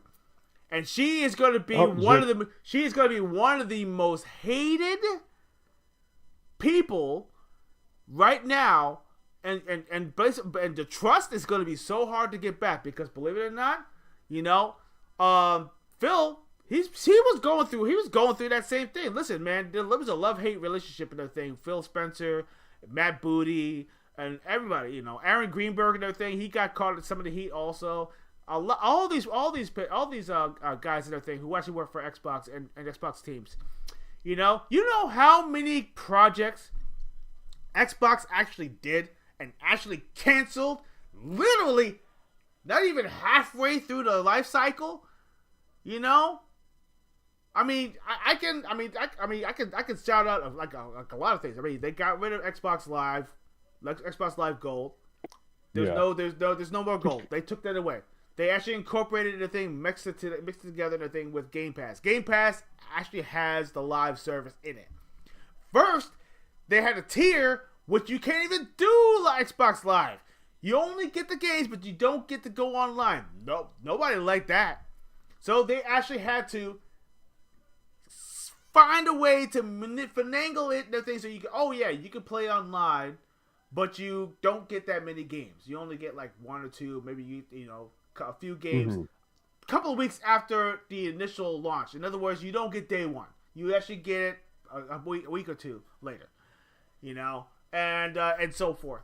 And then you also have these other things going on. For instance, what was the game that what they took away? Zune. They killed Zune. Zune was but then I completely forgot about that thing. Windows Phone. Hey, how you doing? Nope. That was gone. You know, I mean, the Surface. Do you even hear about Surface anymore? Not really.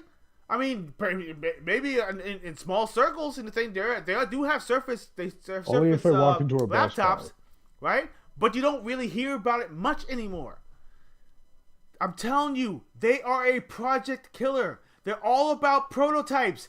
They don't do anything full out anymore. We are what you call beta testers. We are the beta testers of the Xbox community. We are the beta testers because I'm telling you, almost every single month, there's always something new.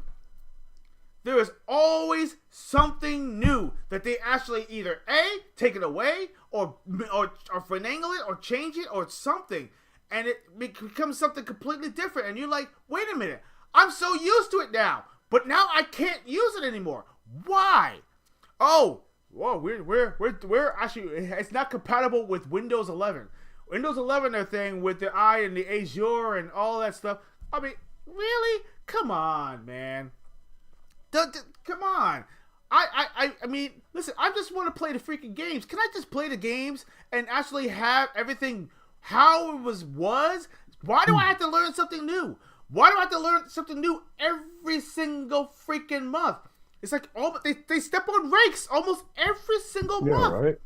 I don't want to do homework for my entertainment. I mean, for goodness sake, man. Get out of here. The Blue Point thing was actually bad enough. And Xbox was like, hold my beer. That's pretty much exactly what happened.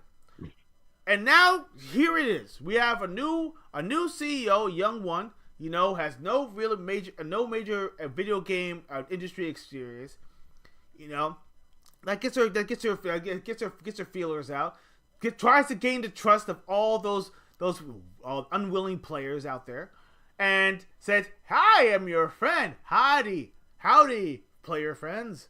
I'm one of you. I'm one of you. Don't worry about what my background is. I'm one of you. It's okay. You know, I don't know exactly what a Halo is.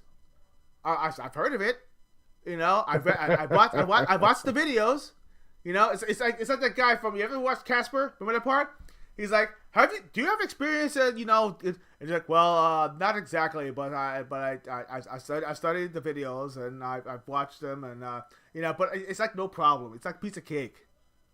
No, man, no, man, that's not the way. And you made her a CEO. Come on, bro. And she's only been a part of the Microsoft company for what, 2 years, and she's CEO, bro. They reaching, man. They're reaching. So I mean, now we're not talking about Halo reach. Halo reach is great. This is a different type of reach. This is more like a reach around. This is bad. This is really really bad. You know, and you know, as a player who loved the OG Xbox, and believe it or not, you know, speaking of which, the OG Xbox right now, we're talking about retro, has been selling out like crazy. By the way, people have been looking for the OG Xbox now. Don't ask me why. I have no idea. I think maybe because of the nostalgia factor or whatever it is. But I have a feeling that when it boils down to the game, you know, the games out there, bro, I don't know. I don't know what to say. I don't know what to say anymore. I'm trying to be optimistic. I really am. Yeah. And I love playing games. Nostalgia. I love it. Indie games. You know how, listen, we at Gaming Treble, we love them indies. But seriously though, why are you making us hate you? Why are you making, you are not, it's not even natural hate. You are literally making us want to hate you, and that is Why not. Why would you let me in? Why would you let me love you? Exactly. I mean, seriously. I mean, yeah. I mean, come on, man. I mean, dude. Look at all these games, man. Look at all these freaking games. Look at these. Look at these. Xbox. Come on. I've grown with you. you. Come on, look at this. Look at all these games. Look at all these games, man. I love you, man. But now you're actually you're putting me in this weird spot now where I'm about to like change, not even change alliances, but more like changing my mindset to, going old school and going back to like nostalgic games like Super Nintendo, Genesis and stuff. You just keep on playing those. Play on PC. Hey, PC, you know what? PC's unbiased. You got a large amount of games that you can get from anywhere. That's me. I got the arcade. I got PC. I got my old systems. I've always got something to play. Exactly. I mean, come on, man. Yeah, it was. I'll have to blame Satya. I'll have to blame Satya Nadella. Satya Nadella has really put up this initiative, and Amy Hood, who's actually on the financial part of it, I had to blame her too, because you know what? She put out this freaking weird number that's almost unattainable. 30%, 30%. Was it 30% of market share? How the heck for video games? 30% market share? There's no damn way. Video games barely hit 10. Sometimes it's even 15. But 30? That's a high ambition. That's really, really high. And that's almost unattainable. You know how many players you will have to literally have in your ecosystem? You would have to have at least 50 to 100 billion, not million, billion players playing on your consoles and playing on your ecosystem. Are you kidding me? With how many consoles are out there, and now that you kind of spread out your library to PlayStation, Nintendo, Steam, you name one. You have spread yourself so thin, and you thinking, oh well, if we get we can get that 30% market share, no problem. Are you sure? They don't necessarily have to stay in your ecosystem. You know they could easily just go to PlayStation or thing and play 10% Xbox games, 90% PlayStation games. Same thing with Nintendo. 10% Xbox games, 90% Nintendo games. Steam, they're all over the place. Steam, and the Steam box thing with their delay. I'm hoping it's the Steam box is actually a very good buy. Yeah, I'm interested. I am too. Price wise, I'm actually very curious because they didn't really lock in on price yet.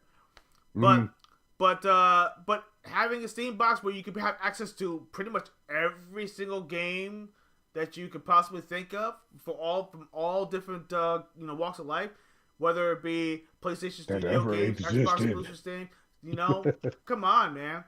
The only games that you really can't access to because Nintendo's kind of stingy is Nintendo games. You will not find one Disney Mario. Nintendo. Yeah, Mario games, like anything like that. Anything that's a Nintendo license will not even touch the light of day on Steam box. But of course, hackers out there, our wonderful pirate buddies out there, they have ways, and I've seen it, and it actually plays very well. And it sometimes plays even better than the original counterparts. So, with benefits as well. So, come on. Seriously, talk to me. What's your feedback on this, Tony? You pretty much said everything I needed to say, man. Yeah. And I find it just sad, man. I love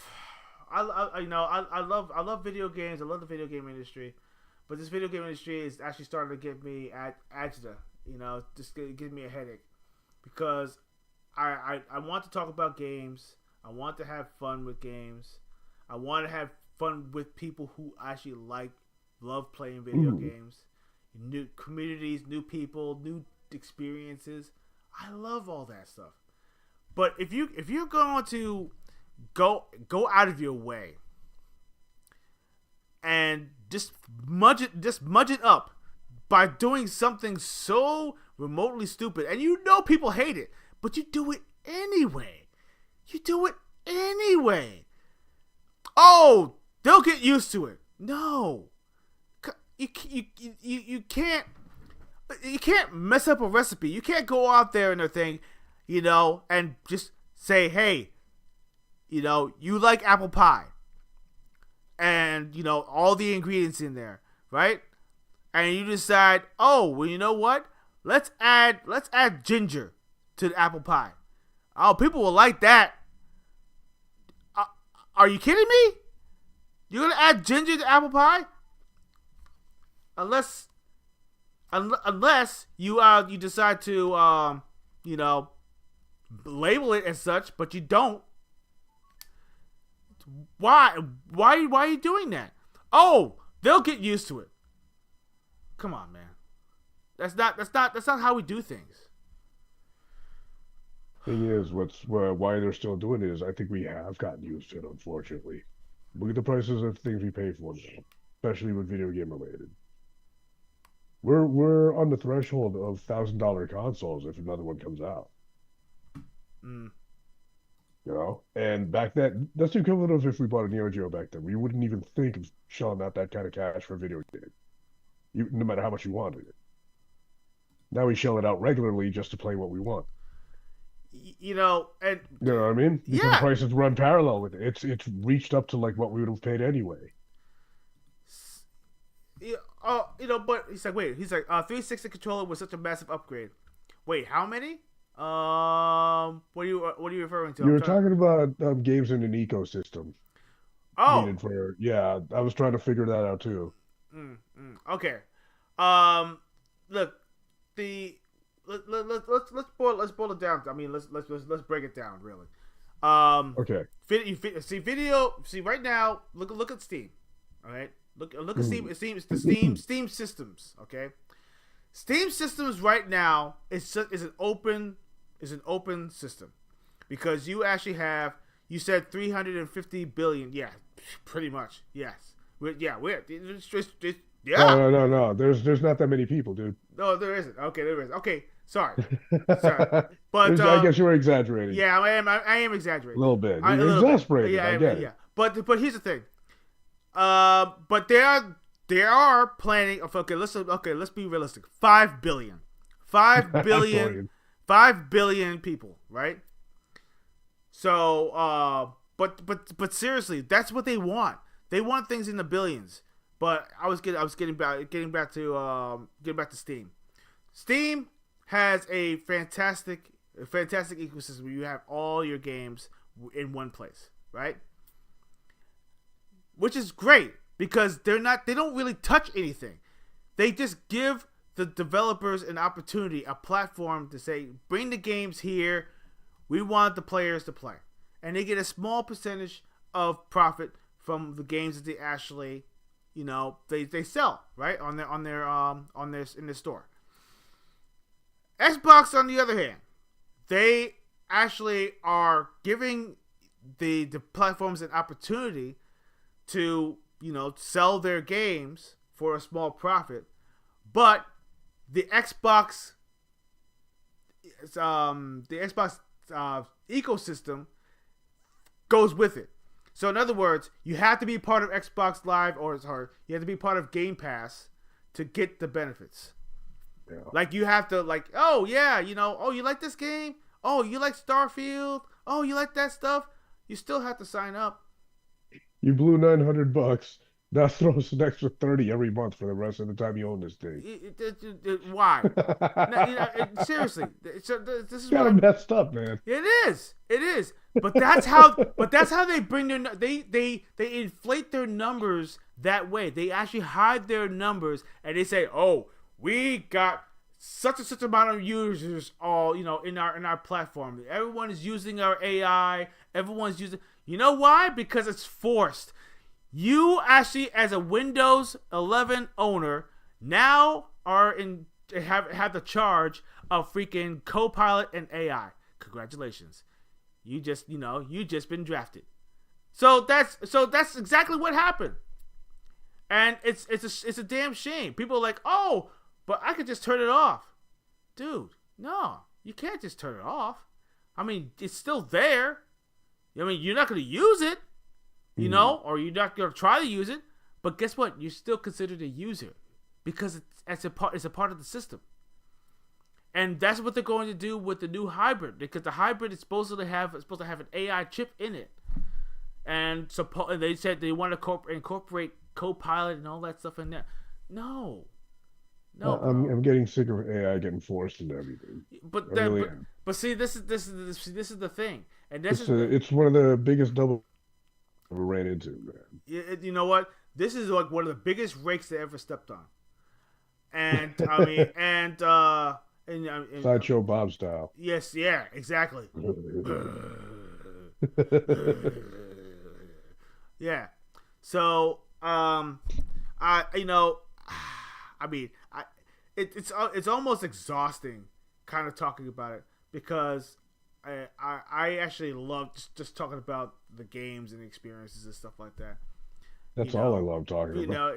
But see, me. But the problem is being an Xbox owner, owning an Xbox Series, which is actually one of my primary consoles that I actually play on. You know? Yeah. And it almost pains me to say, damn, is it even worth to stay on? Because that's where all my friends are. That's where my experiences are. Dude, I have a freaking high freaking gamer score. I have a 207,000 freaking plus gamer score, bro. Yeah, that I've been working on for years. And, and you're going to really push me out because you want to, do all these silly things, raise prices, and do all these, why? Come on, man. And now you're going to sit right there and you're going to dangle that little golden carrot in front of me and say, hey, don't worry about it. Don't worry about it, guy. Look at the pretty carrot. Look at the pretty carrot. Don't worry about it. Come on. Yeah, I got you. Come on. And, I'm glad that Final Fantasy is, the Final Fantasy remake and rebirth and all that stuff is actually on Xbox now. Took them how long? 5 years? No, 4 years. 4 years, yeah, literally. More than that. Isn't 4 years? 4 years, I think it was. I've been waiting for a decade. I mean, it's a while. Quite a while, actually, matter of fact. Yeah. And, I've wanted a Final Fantasy on an Xbox for years. And now you're looking at these games, and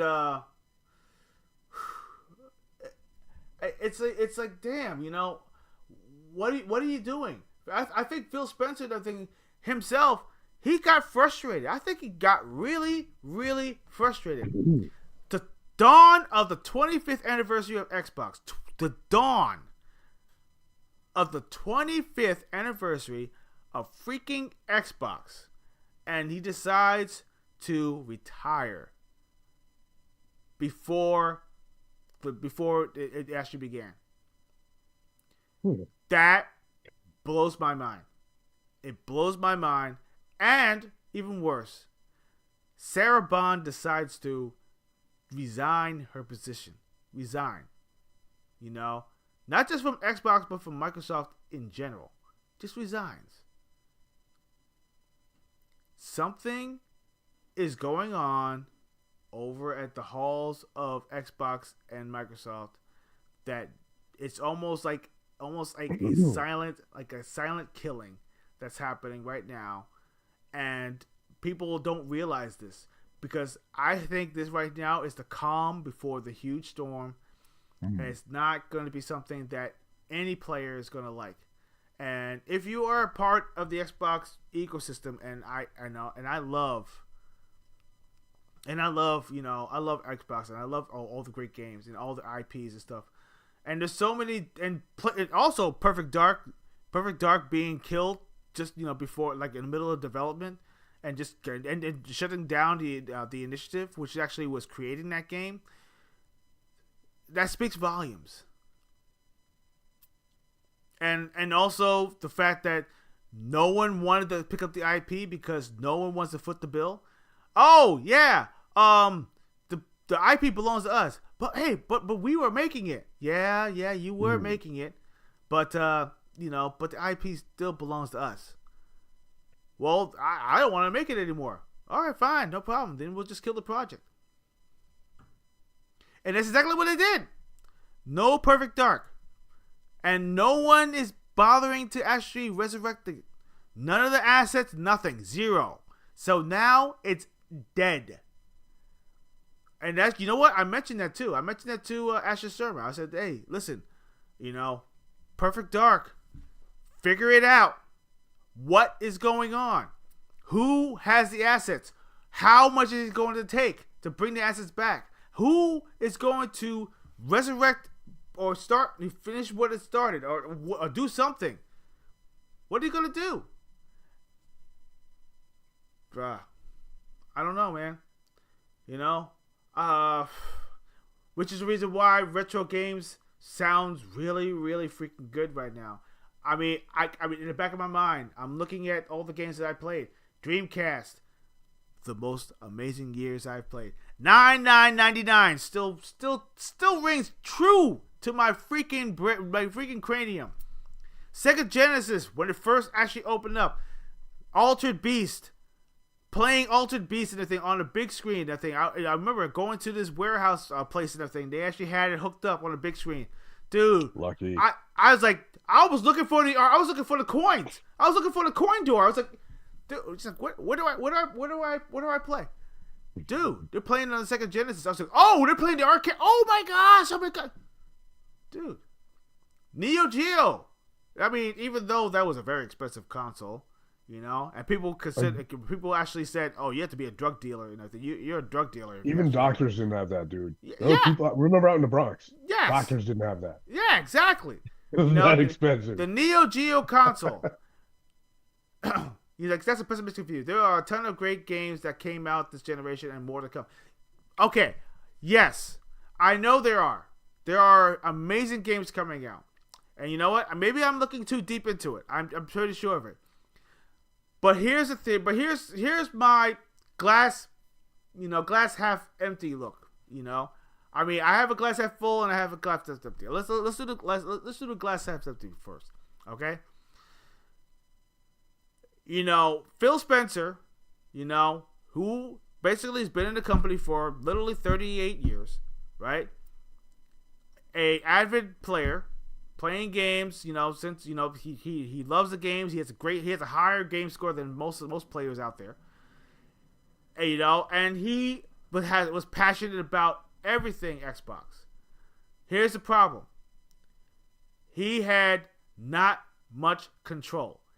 Basically, who holds the buck? Who holds the buck at the end of the day? It wasn't him. He didn't hold the checkbook. Microsoft did. Satya Nadella did. Michael sucked. Okay? And Sorry. the only way that they were able to pry even a check, Jordan, that's the point. That's right. It has a pattern of behaviors. Yes, absolutely. It's almost like someone who's bipolar. Basically, Xbox is bipolar right now because they don't know. Yes. They don't know hot from cold. They'll be like your best friend one day, and then they'll stab you in the back the next day. They'll say, "Hey, we got some amazing, great games. Oh, by the way, we actually raised the game. We estimated the game. But we had to raise it by another $2. You don't mind, do you? Don't worry. Hey, the game's still coming. It's just gotta be an awesome experience. Did you see the preview? It was awesome.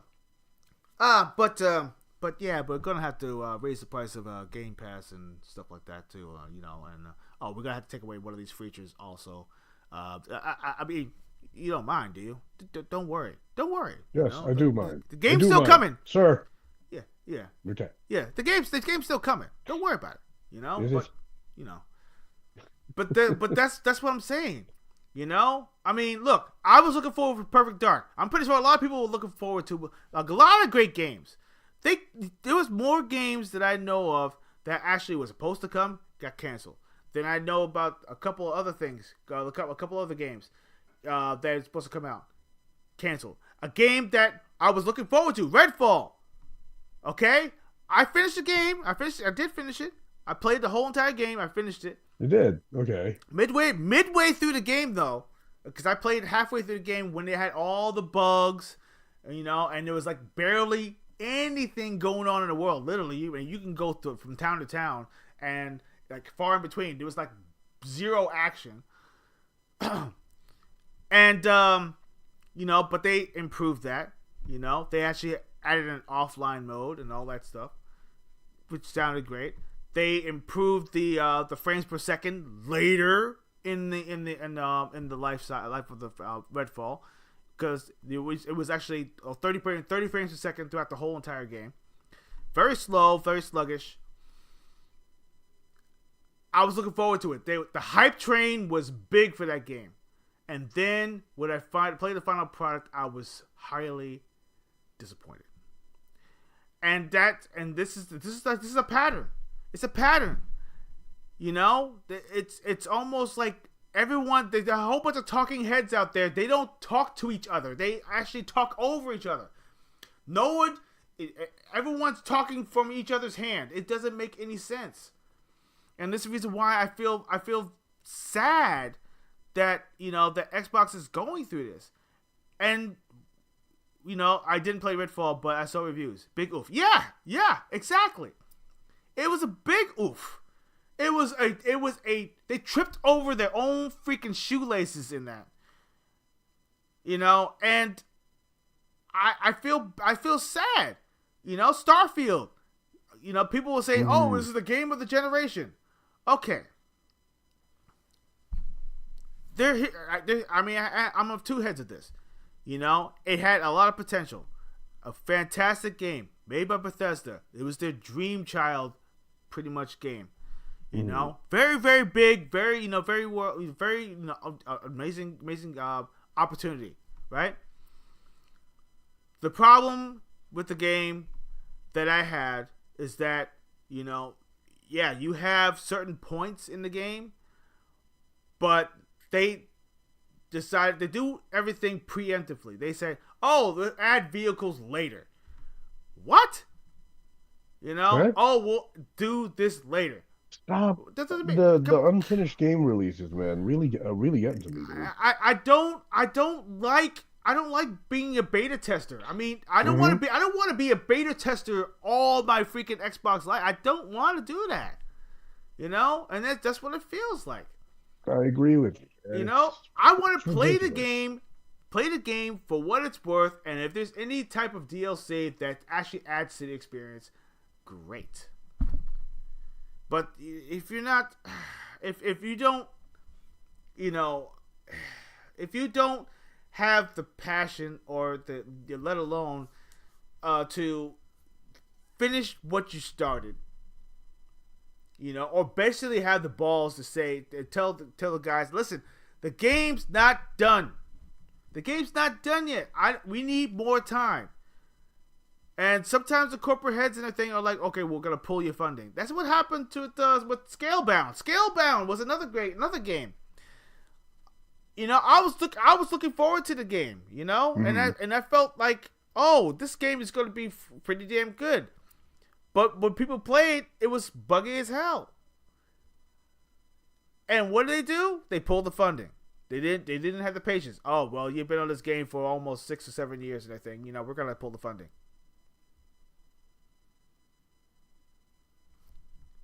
Bro, seriously? I don't get it.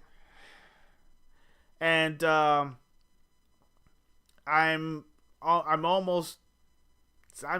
just feel frustrated, you know, which is the reason why that I always go back to my old games. I played on my OG freaking Game Boy, you know, playing games like, you know, the way that I used to play. I mean, hell, this is actually more fun half of the time. I mean, I mean, I can go on and on. You know, I go on Antstream. Antstream has a whole bunch of like freaking arcade games from Antstream and you know, MSX and all that stuff. I was playing a game playing Xanac. Remember Xanac? That game was it's a shooter. It's a shooter. It's a top-down shooter. You know, it's called Xanac. You know, Gondomania, another fantastic arcade game. That people don't really know what that game is about, but it's like a top-down shooter. And the thing was an eight-way controller. You could be able to shoot, you know, all the way around. The thing, you get all these weapons and prehistoric weapons. You face these weird bosses and stuff like that. Come on, man, so much fun. So and you know, it's like those nostalgic moments. It's like, damn, how simple those games actually are, but they're so much fun and so much replayability. Rolling Thunder, another fantastic game, came out back in the 1980s, 1989, I think it was. Yeah, I remember. Yeah, great. In one of my pizza places. Yes, I love Rolling Thunder. What a great game. I mean, it was so simple. The thing, basically, you know, shoot, jump, you know, jump over rails, you know, shooting these guys. Come on, still fun, simple, but fun, nostalgic. You know, not overcomplicated. Doesn't require online service. Hey, you plug in, you play the game for what it was. You know, you get that nice little adrenaline rush and enjoy yourself and have a good time. But now they're like, oh, well, we have to add AI. You know, listen. I don't know. I don't know about you, you know. And what are they going to include? What AI for? What for? What? But I keep hearing they want to add AI. Okay, what are they trying to add? And what is the usage? Okay, look, they like Copilot. They want to add Copilot, so you can be able to ask Copilot, "Hey, can you get me past this part?" Oh, you know, they give you tips on the fly. Or if they can actually show off maps and a thing of certain area or whatever it is. It's almost like almost like a companion, so to speak. Even as a person, they even literally play a certain little part for you. You know, sounds like Siri for your video games. What's the point of play? And if you wanted to complete parts of it for you, you see. Hold on, back up. Yeah. You see what I'm saying? You're not playing a game anymore. You're just watching. This is what I mean.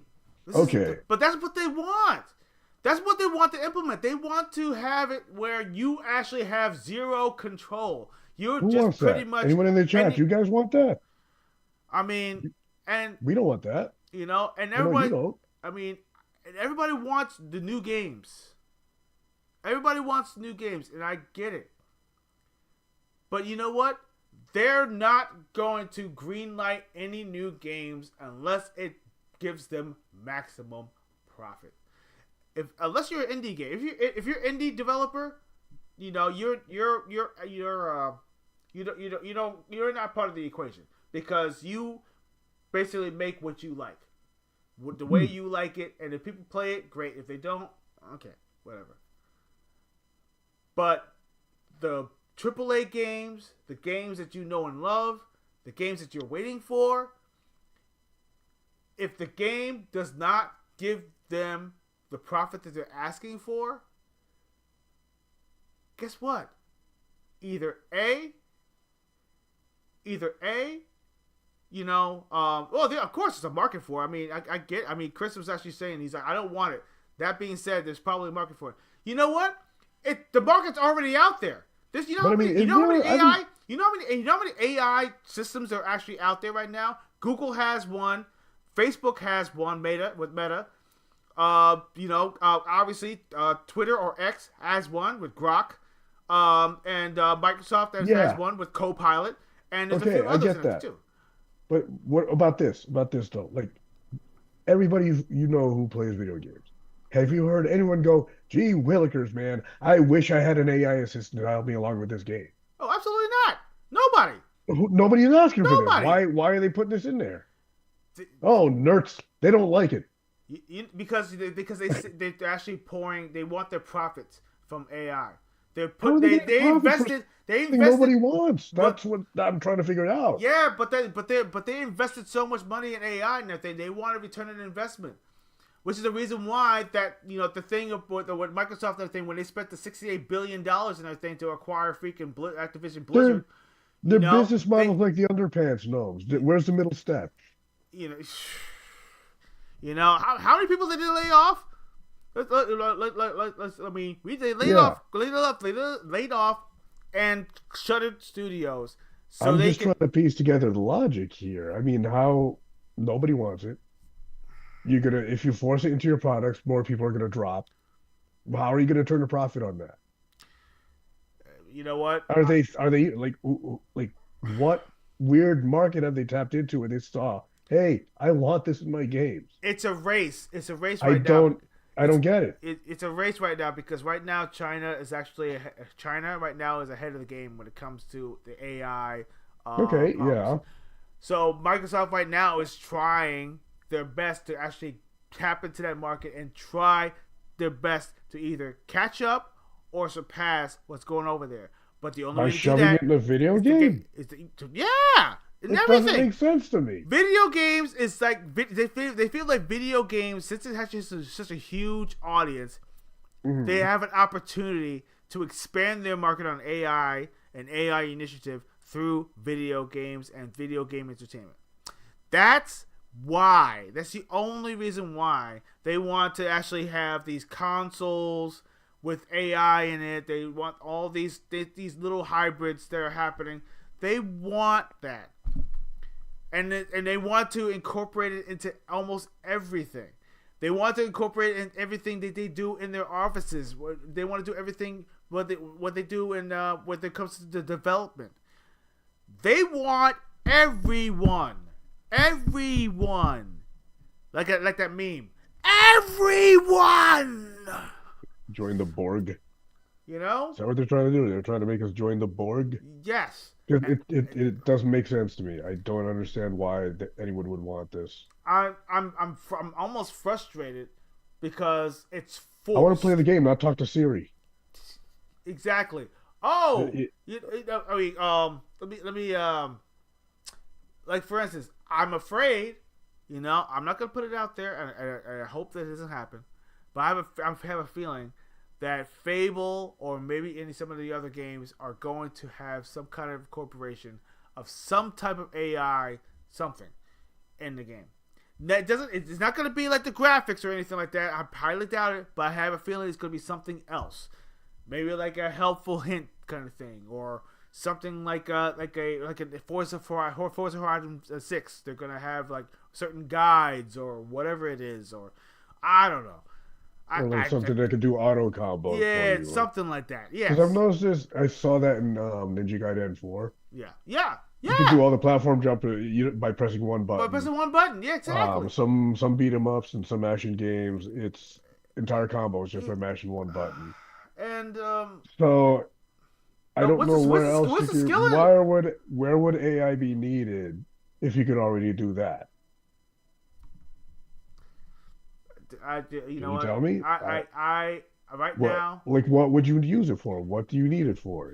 Unless you're using it like creating like complete assets out of AI, which I think is messed up. You should not do. No. Or if you're using to like write code for it, like correct your code, anything like that. I can't find any other uses for it. Oh, Dorian just put out a good example. Where winds meet uses AI mostly. That's the game that came out for the PlayStation. Yeah, it came out for the PlayStation. Okay. It's actually like a action RPG type of game. It's almost like it's not quite Souls-like, but it's actually pretty. It's a different story, but AI actually is heavily into that game. Okay, Chris, don't sell me on it now. If I could get AI to grind for me in like an RPG. Okay, look. Keep me away from that shit. Don't let me touch it. If you watch, which is the reason why I'm completely against this.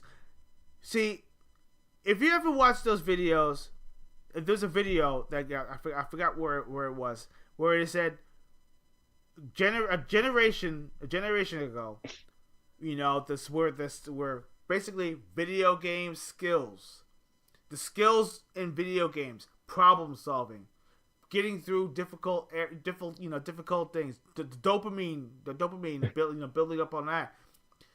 All right, but I'm gonna play devil's advocate, Yeah, man. go ahead, go for it. Do I want to enjoy the game or spend 6 hours killing fucking spiders just to get to the next level Ooh. in an RPG? You know what I mean? I could see the appeal in that usage. But I don't. I'm not, if it's something like that was available, I wouldn't touch it. But I could see the appeal in it. Yeah, okay. And I look. I know there are lazy men or ladies out there. yo, Exactly. That actually wouldn't mind to have a little bump in assistance.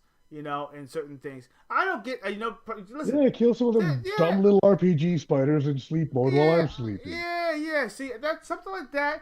I don't mind, sorta. But here's the thing. It's going to get to a point in the thing where it's like you are going to become more reliant on it. Like it's going to become so addictive to actually do it. You're like, oh, maybe I could do it for bigger tasks. Oh, maybe I could do it something bigger. Oh, you know what? I'm not have to touch it at all. Let me just. It's got to be within limits, and give it. You need to have the chance to turn it off. Like flip the switch off completely. Yeah, it's almost like where you get a taste of something and you're like, damn, then you just triggered and you're like and you just can't get enough of it. You're like, damn, I wish it had. Code it so you can't switch it on the fly too. Yeah, see, that's another thing, which is actually kind of yeah. So right now, I just have to see where where games are going to go. I have to see where what their plans actually are. Yeah. Because I mean, between right you now and in the outrage phase. between you and I, Asha Sharma, she's just got started out, right? Everybody knows what her history is. Everybody knows, as she's seen her gamer tag and all that stuff, and they actually got an opportunity. People watch streamers play games. Listen, I understand. I don't about understand that. Twitch. Yeah, it's not for I me, get it. though. Yeah, but see, that's the thing. I can't sit there and watch someone play. I want to play. But when it first, oh no, I get it, Chris. I know you're not advocating for it. I know that people are actually watch this stuff all the time. That's how they get the reviews. Yeah. But the thing is that but see, the thing is though, it gets to a point of addiction. It gets to a point where you spend more time watching games than actually playing them. And that's why the numbers kind of dwindle. Because if you think about this, think about this for a second. You may not put your hands on a horror game because you probably can't stomach it, or you probably don't want to go through it. But you're willing to watch it. Does that actually build the numbers for their game or their initiative? No. No. Why? Because you have one person playing it and you have hundreds of thousands of people watching. They're not playing. I see your angle. Okay, this is so yes. Is the numbers kind of convoluted? Sorta, because they may or may not play that game. They may or may not buy that game. They might say, "Oh, it looks pretty interesting," but you know what? I might not touch it but I'll watch it. Does that build numbers? No. If you're into fight, for me, I guarantee I'm not going to buy it. See, that's what I'm saying. This is what I mean. Back in the 80s and 90s, you didn't have an option to watch anybody.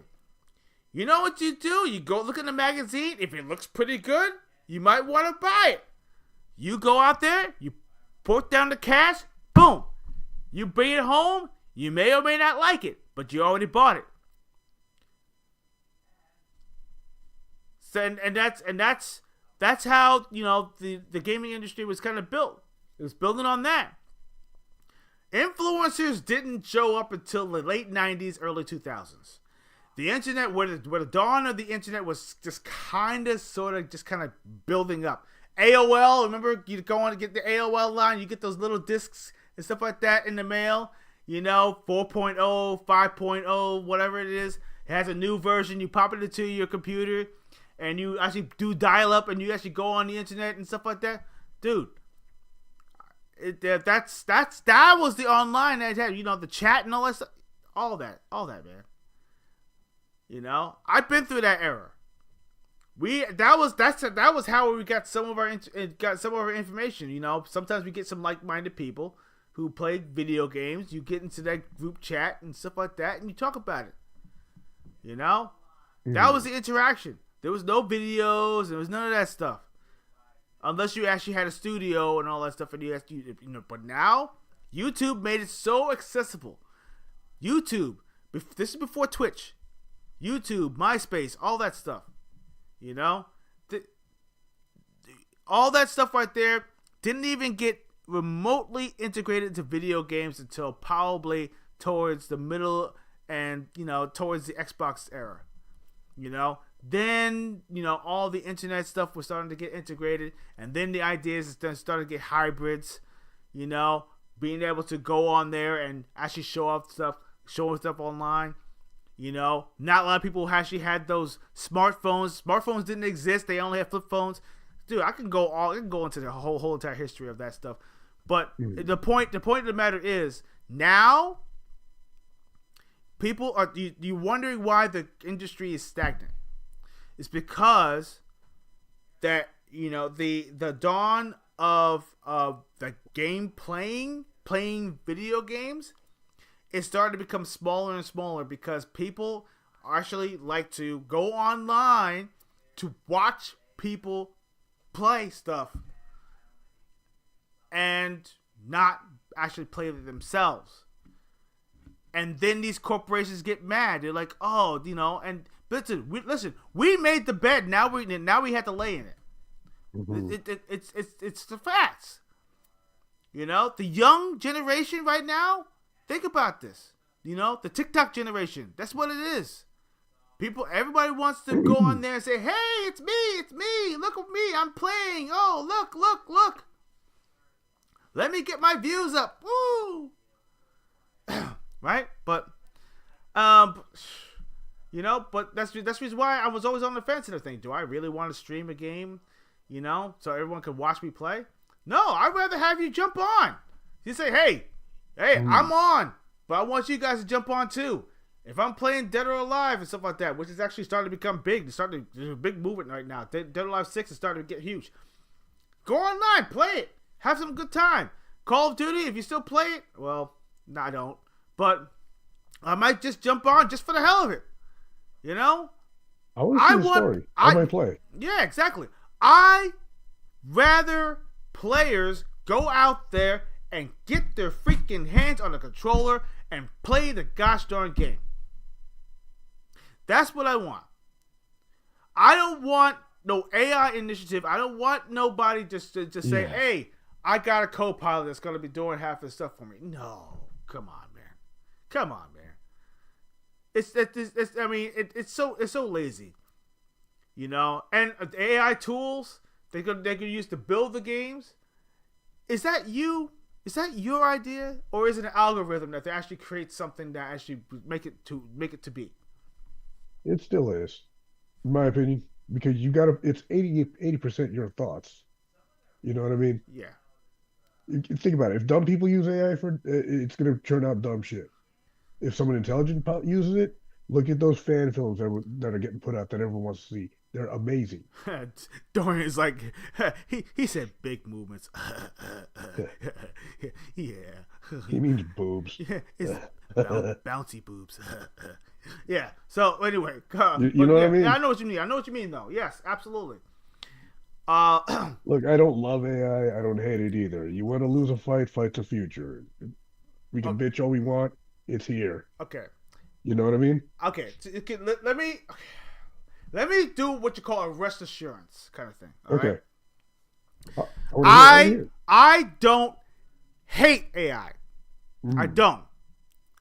I just don't like to be forced to be in Then in the AI. Okay, Mhm. I'd rather have it as a choice. I'd rather have something as a feature than rather have it as an initiative or as a must have or must use kind of thing. Oh, then I was just misunderstanding you.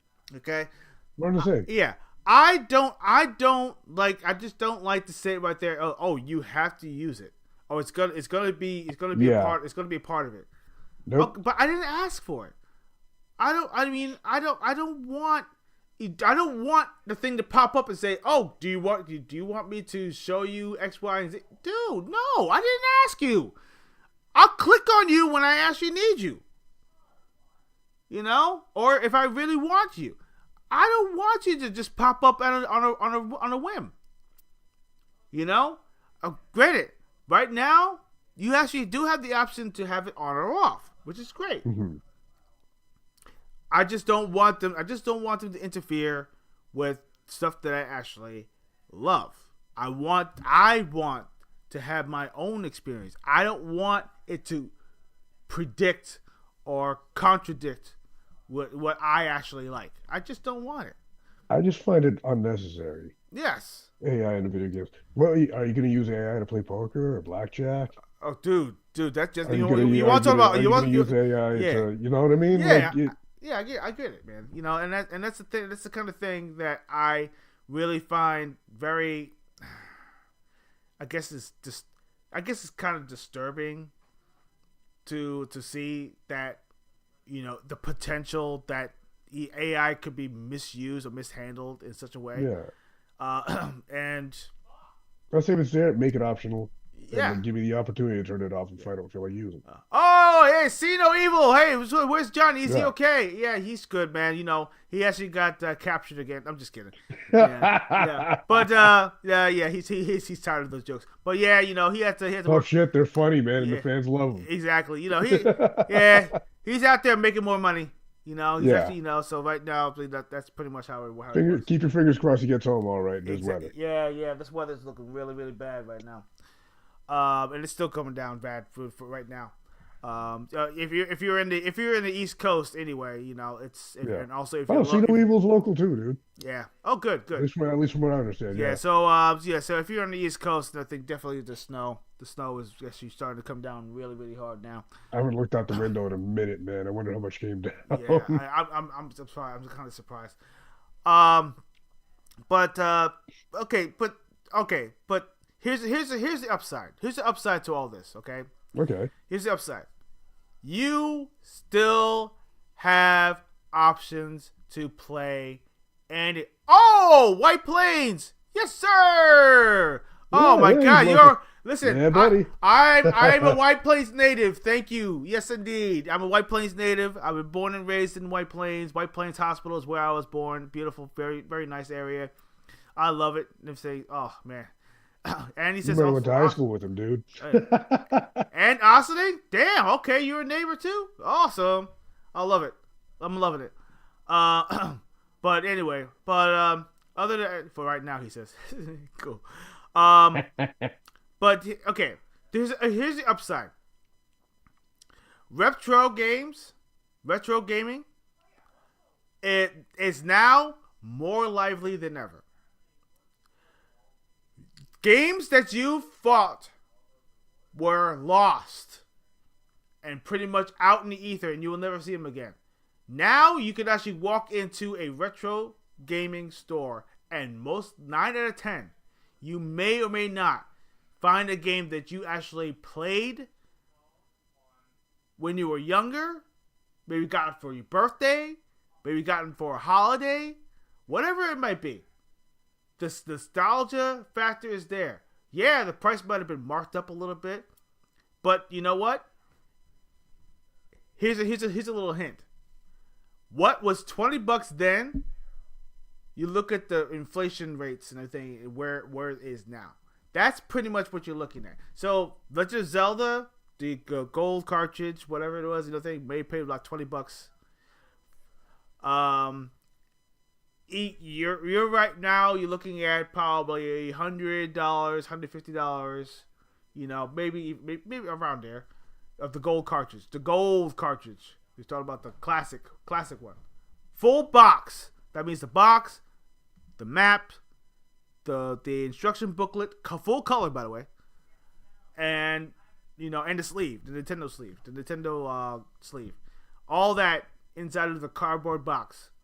Probably be like $150, $200. Beautiful game, fantastic game. Shout out to the Legend of Zelda being 40 years? 40 years! That's ridiculous! Legend of Zelda! Oh, I feel old! I feel old, man! Legend of Zelda was made when I was about 9 years old. Oh my gosh. 9! I was 9. I think so, yeah. What was it, 85? Yeah. No, 86. 86. No, maybe like 87, 86, Like, 87. somewhere around there. 9 years Yeah, old. I was a wee lad. Dude, I'm Wait, sorry. if it's 40, it's got to be 86. So yeah, I was 8 years old. That's crazy, Old fella. man. That's absolutely crazy. Still a wild ride, still great, and still remember that first line that you actually see when you go into that cave. Here, take this. It's dangerous to go alone. It's dangerous to go alone. Here, take this. That old meme. That old guy. Oh man, you know what? I still. Yeah, don't even mention the golden cartridges, man. Just like you're speaking, those golden cartridges were cool. Yes, they They were. were cool. They were amazing. Yeah, granted, the Link to the Past, Legend of Zelda, we call it Zelda, Chris was the same age. Yeah, Nice. yeah. So I feel that Legend of Zelda was like it held up through time of how awesome an adventure it actually was. It was. I still play it today. I played it a couple days ago, and I got my ass handed to me because I didn't know what to do. I forgot where to go. I forgot the entire game. The map was not accurate. You know that. The map was not accurate. Finding certain caves and all that stuff, you really had to kind of, dig around. Or better yet, get into certain stages. Like, remember when you go into the Lost Words and everything, then you remember, you have to go down, left, up, left. Down, left, up, left. I still remember. I'll remember that for later when I play. Yep. Down, left, up, left. Or was it up, left, down, left? I don't know. It's one or two. But you know what? But when you actually, when you hear that kind of thing, or better yet, when you get the whistle, and you see the little hurricane bring you to where you need. Oh man! They reused that for Super Mario too. That started in Zelda. Yeah, it started in Zelda. Exactly. I remember in real time back then. I was like, hey, wait, that's from Zelda. I Super Mario 3 came out. Yes, exactly. And I still feel like Link to the Past was like one of the best. It was epic. It yes, was. I agree. I agree. Man, I wanted a Super Nintendo for that because of that game. That the music was top notch, the adventure was top notch. Everything about that game just shouts, OMG! What an amazing adventure! I still think to this very day, and they actually captured that magic again when they released the Legend of Zelda. What do you call it? Ocarina of Time. That right there, when it came out for the Nintendo 64. That was an amazing one. I don't know how they did it. I don't know how they did, because the mastermind Shigeru Miyamoto, he's a brilliant mind. When he created that game, I mean, outside the box, and this is without that little 4 meg cart thing that you actually had put in there.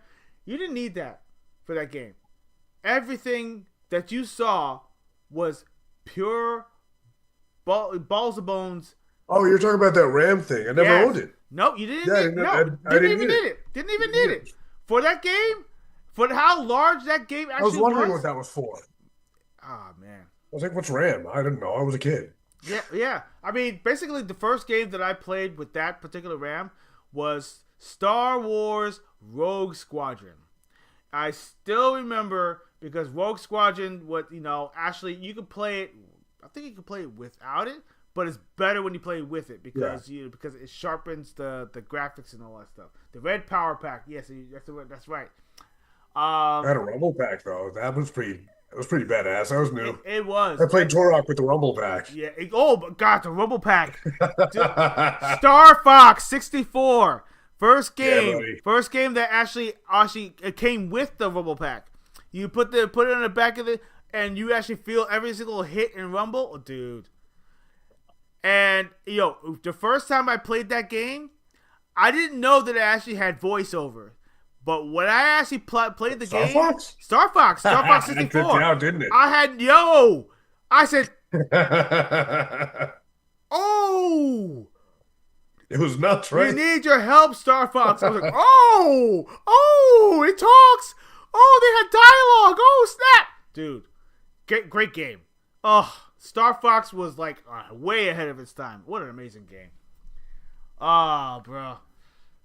Go and fight against Andros. Oh. Yo, if Nintendo made a movie of that, like they did with Super Mario, I'd watch a Star Fox movie. Listen, they would have It'd probably be dope. It would have to be Star Wars epic.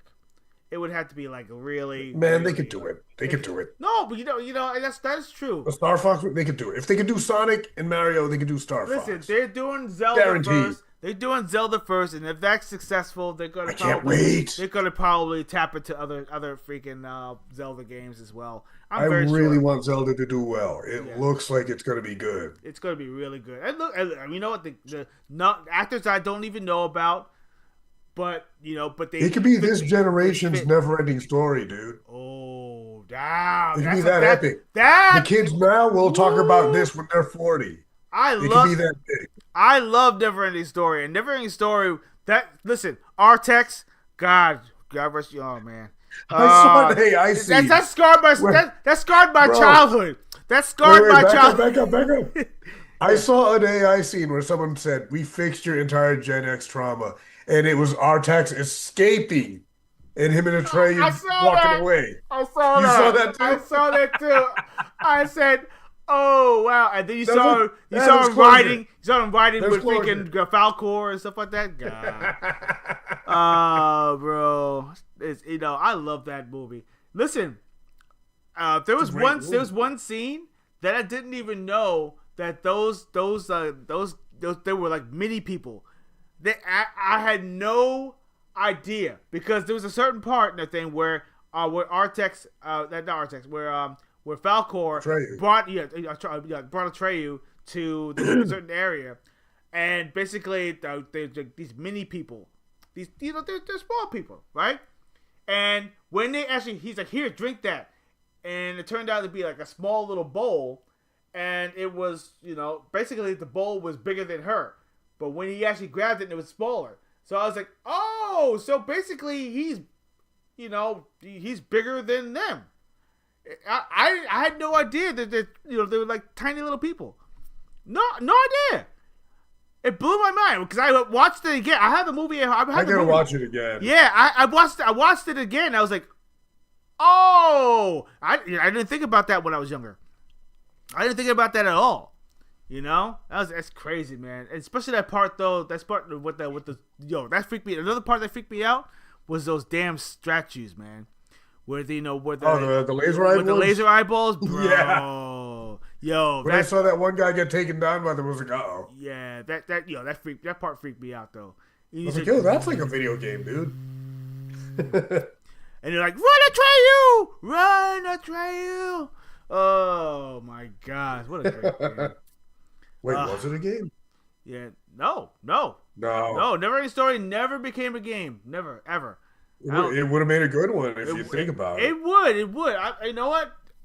I dare any of those devs out there, if they can actually take this IP and actually make a amazing freaking game, or better yet, do it for like a big anniversary that's coming up for the Neverending Story. If they could just redo the whole entire thing, you go get with Rockbiter and freaking all that stuff. Just throw it all in there. With Sebastian running away from the little kids and stuff like that, dude. They got it. They got it. They could probably do it. And listen, if you could do Robin Hood, you know, the movie Robin Hood. I mean, even if they actually made a game out of that, they could, you know, you could definitely do freaking, you know, Never Ending Story. I'm very sure of it. You know, even though They made Kevin a Hudson Costner, Hawk video game. yeah, Hudson Hawk had a game. Yeah, exactly. You remember that? Yeah, You remember that on Nintendo? I remember that. What? Hudson Hawk actually had a freaking game, dude. It's dude. You know how many games they actually made from certain IP that should have never been? I mean, like look, listen, Bill and Ted's Excellent Adventure. But they had Gilligan's Island. Gilligan's Island. Gilligan's Island. I was Hudson Hawk. that blew my What are mind. you guys thinking? Let's turn everything into a game. Bring those guys back. Especially with today's technology, they might put out something good. They would. You know, I played Knight Rider. I played freaking what are you going? Airwolf. Great show, by the way. I love Airwolf. I watched some episodes of Airwolf. Yo, Dude. check this out. Yeah, Right? yeah. Imagine a Ghost Recon game at the AT.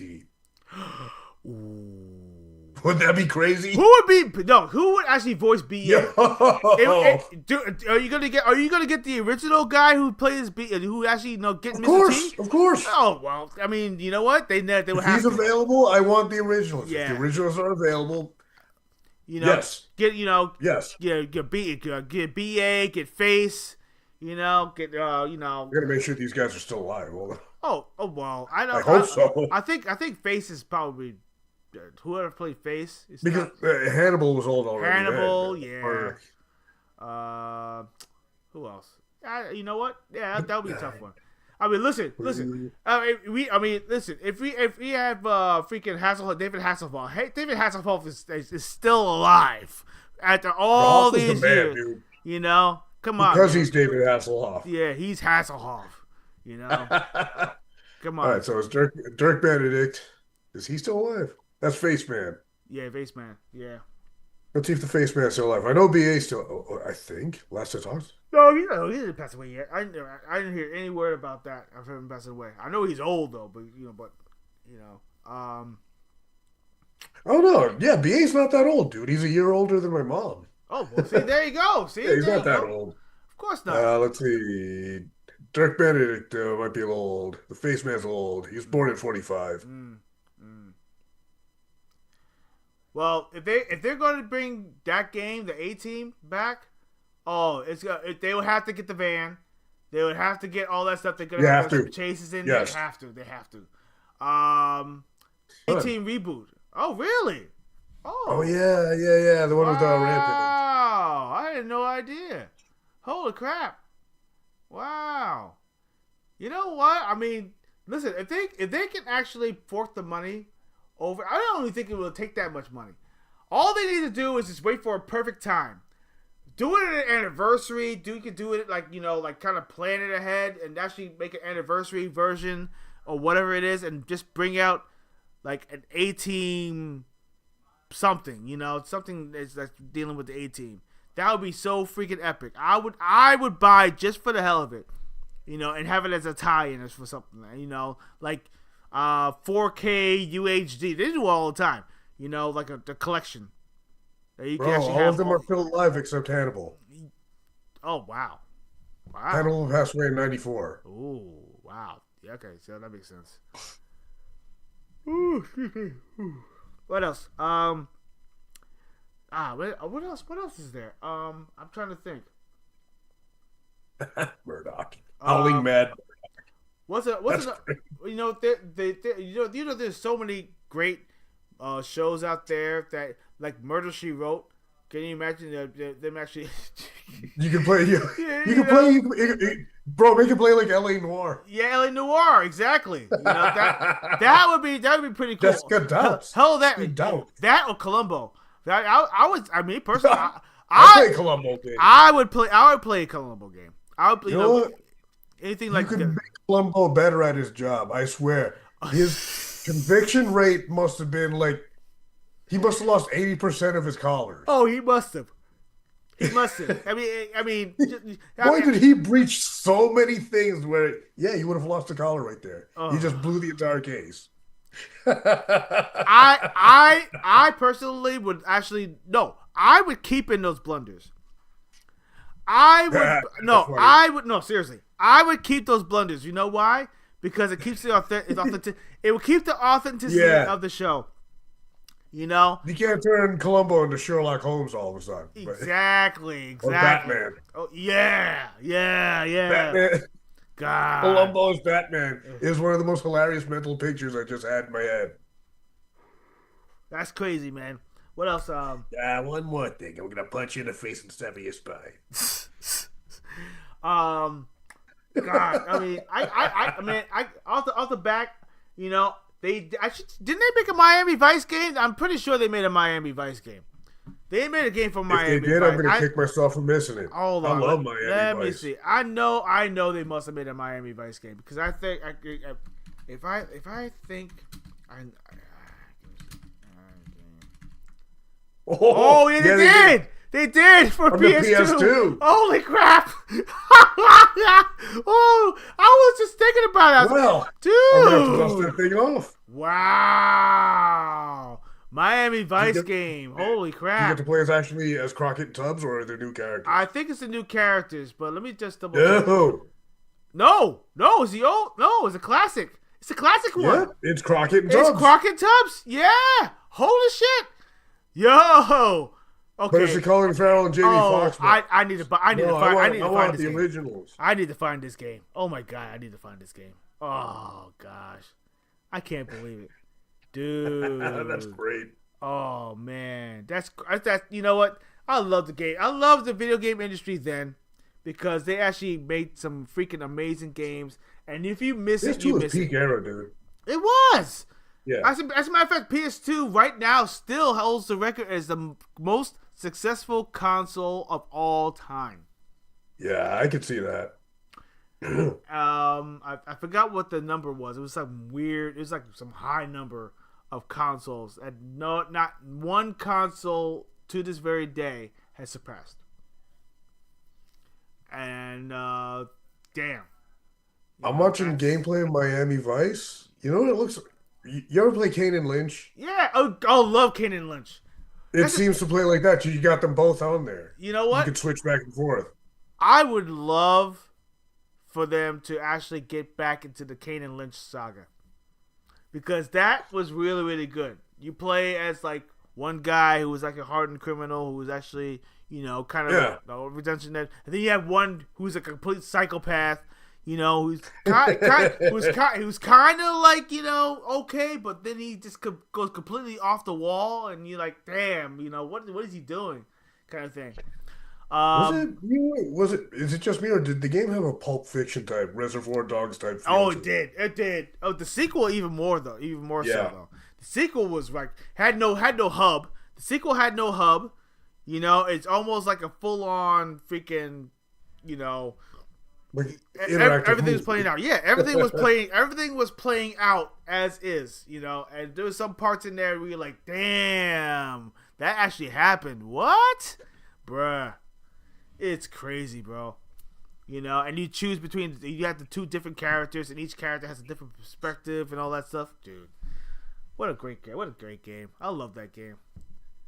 Dude, you know, you know what? I mean, I can go on and on. What else? What other game was there that actually just kind of,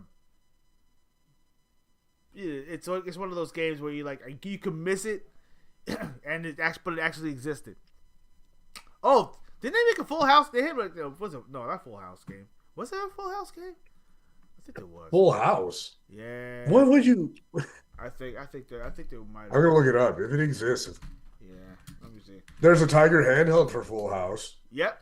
Yeah, there was a. Oh, they had cards and all that stuff. Wait, there's a Super Nintendo one. Oh my God! Yes, they did. They do for PS2. What do you do? Yeah, they do. They had a Full House Wait, game. how do you play? What do you do? I don't know. 2D side-scrolling platformer. Oh. So what? You platform jump as the Olsen twins? I guess. What's going on here? I don't know. Full House. Oh yeah. You know what? There's an attack button. Wow. Really? Yeah. No way. DJ has a baseball bat, Stephanie has a tennis racket, and Michelle's got a slingshot. Oh, Hold on, this might be hilarious, dude. Oh my gosh! I can't believe it. That does. I gotta look this Oh, up. wow. Bro, if you find footage, share it with the chat. You've got to find footage. Oh my gosh. Okay, you know what? I gotta show people this. This is ridiculous. Oh my gosh. Are you serious? Okay, hold on a second. Hold on a second. Hold on. I think I found some. Oh. If I find video, I'm gonna send it right over to you. Oh my gosh. Dude, listen. See, this is what I'm talking about. Okay, listen. Asha Sharma, freaking take notes. This is what I'm talking about. This is what I mean. If you want like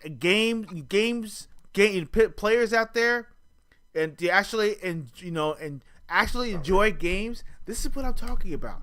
Because it doesn't matter how obscure the game actually is, people get just gravitated for some reason. It's crazy.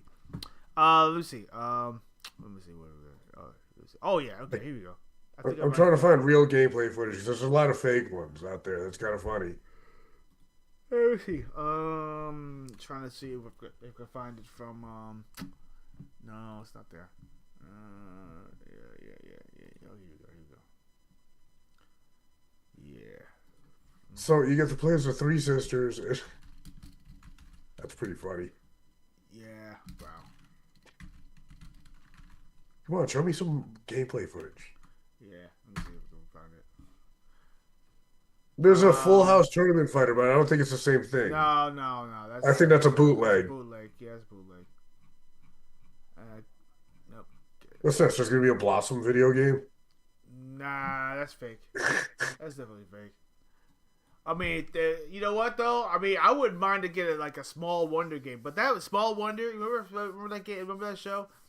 Yeah, my sister loved it with the robot girl. Yeah, with the robot girl. Yeah. I wouldn't mind to actually have a game that's remotely like that, but it would be more like it's a weird either side-scrolling game or something like that where you actually play as a robot and you're just pretty much trying to keep intruders out and stuff like that. I don't know. Mm-hmm. I could probably have something work out there. Man, what else? Damn. I'm trying to think. I was put out on the Super Nintendo and Game Boy by LJN and Flying Edge for the Genesis and Game Gear. I knew it. March 1993. LJN is a company. LJN is a company that would actually try to throw anything at the wall and try to make it stick. Yes. They do that all the time. And how many games did they actually made? There was like there must have been like almost 30 games built off of IP that makes no apparent sense at all to become a game, but yet they just make a game. They figure it out. You know, they did what do you call it? Home Alone. They made a Home Alone game. Yeah, I saw that pop up. That's crazy. I don't know. You know, but hey, you know, if it works, it works. That's all I can say. Full House Super Nintendo. This game must be really obscure now, so I can't find any gameplay. I have a feeling that it probably has a high price tag too. It probably does. I guarantee it's because rare. that's how rare it is. Yeah. Goodness gracious. Oh wait, here it is on no, that's not it. That's Krusty Super Fun House. I see a Tiger handheld. Yep. and the Super Nintendo cartridge. Yep. That's crazy. That's crazy. So, but yeah, we're just about almost out of time. Holy cow. Oh, we are. Yeah. Shout out to all the people who actually showed up, all the players who joined with us. Also a bigger shout out to Dubby. You know, Dubby is what an amazing sponsor. You know, we still have the amazing products. Great. I mean, actually, believe it or not, our tax season's coming up. So I guess what I'm going to be doing, I'm going to be getting myself about 3 or 4 little jars of this bad boys and just enjoy the hell out of it because I want that freaking fire. The mugs, the I want to get a few of those, just to have it, and also solo leveling. I want to get that one too. So if you actually want to, you can actually join in there. They still have the s'mores flavor. The s'mores flavor is still available. So you can actually jump. Yeah, so you can jump on there if you like chocolate, if you like marshmallow, If you like them together, you go ahead and get yourself a tub of that. You can mix it with milk, and also, of course, it has all the flavor and none of the additives. Oh my God, s'mores with milk, that would be amazing. Yes, absolutely. You know, TR3BLE. Go buy s'mores right now. Indeed, and get you 10% off on us. Man, what amazing night. Listen, you know what? I mean, right now, I know we actually, dealing with all this stuff that's going on in the industry. Listen, guys, just go out there, enjoy the games. I know the corporate nonsense actually does, it's just a talking piece, but trust me, try to ignore it. Hopefully they don't do anything to mess up our gaming sessions, but just get into the games, man. Enjoy the games for what they are. And also, no matter what console that you rock with, you know what? Enjoy the games and share your experiences as much as you possibly can. Because basically, it's all up to you players to make this industry better. So, do you want to throw some closing thoughts before we leave? Well, the closing thought is I'm going to try to stay optimistic about the Xbox, even though I'm not initially. I'm just going off emotions of headlines and hearing it for the first time. So I'm going to give it a couple days, weeks, whatever. I want to see what pans out, what's going to come out. Because I love the Xbox, I'll give it another chance, but I am definitely in the market to jump and ship to PS2, PS5, or whatever comes out at the time, or stay in PC Master Race. That being said, I'm always gonna have something to play. You're all gonna have something to play. So, like me, I ignore all the corporate stuff. So that's why I look like I'm lost and have no clue. I don't know where the hell I'm going with this. Just play the games, ignore the corporate mess, and you'll be all right. Yes, absolutely. I concur with my buddy over here.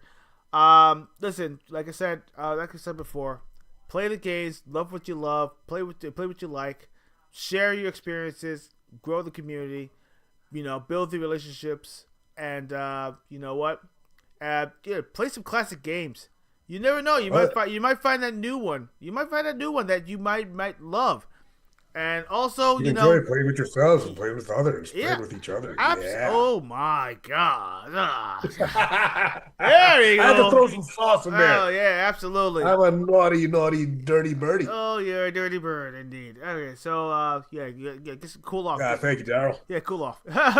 But anyway, like I said, so for all of you guys out there, thank you for tuning in. Tune in next time this coming Friday. At 8 p.m. Eastern Standard Time on YouTube, Twitch, and also X. Please give a like and also leave a thumbs up. And also, please hit that bell notification so you can actually keep us in the algorithms. The only way to keep us in the algorithms, I think you can keep us relevant, is for you to keep on liking and keep on sharing. That's the only way for us to grow. And of course, like I said, if you want to decide to jump on our Patreon, you can actually give it a shot and everything. I'm actually going to be starting to change the tiers just one more time, just give you guys a fighting chance, because I feel like, if you help us, we're definitely gonna grow, and right now YouTube has been kind of funny.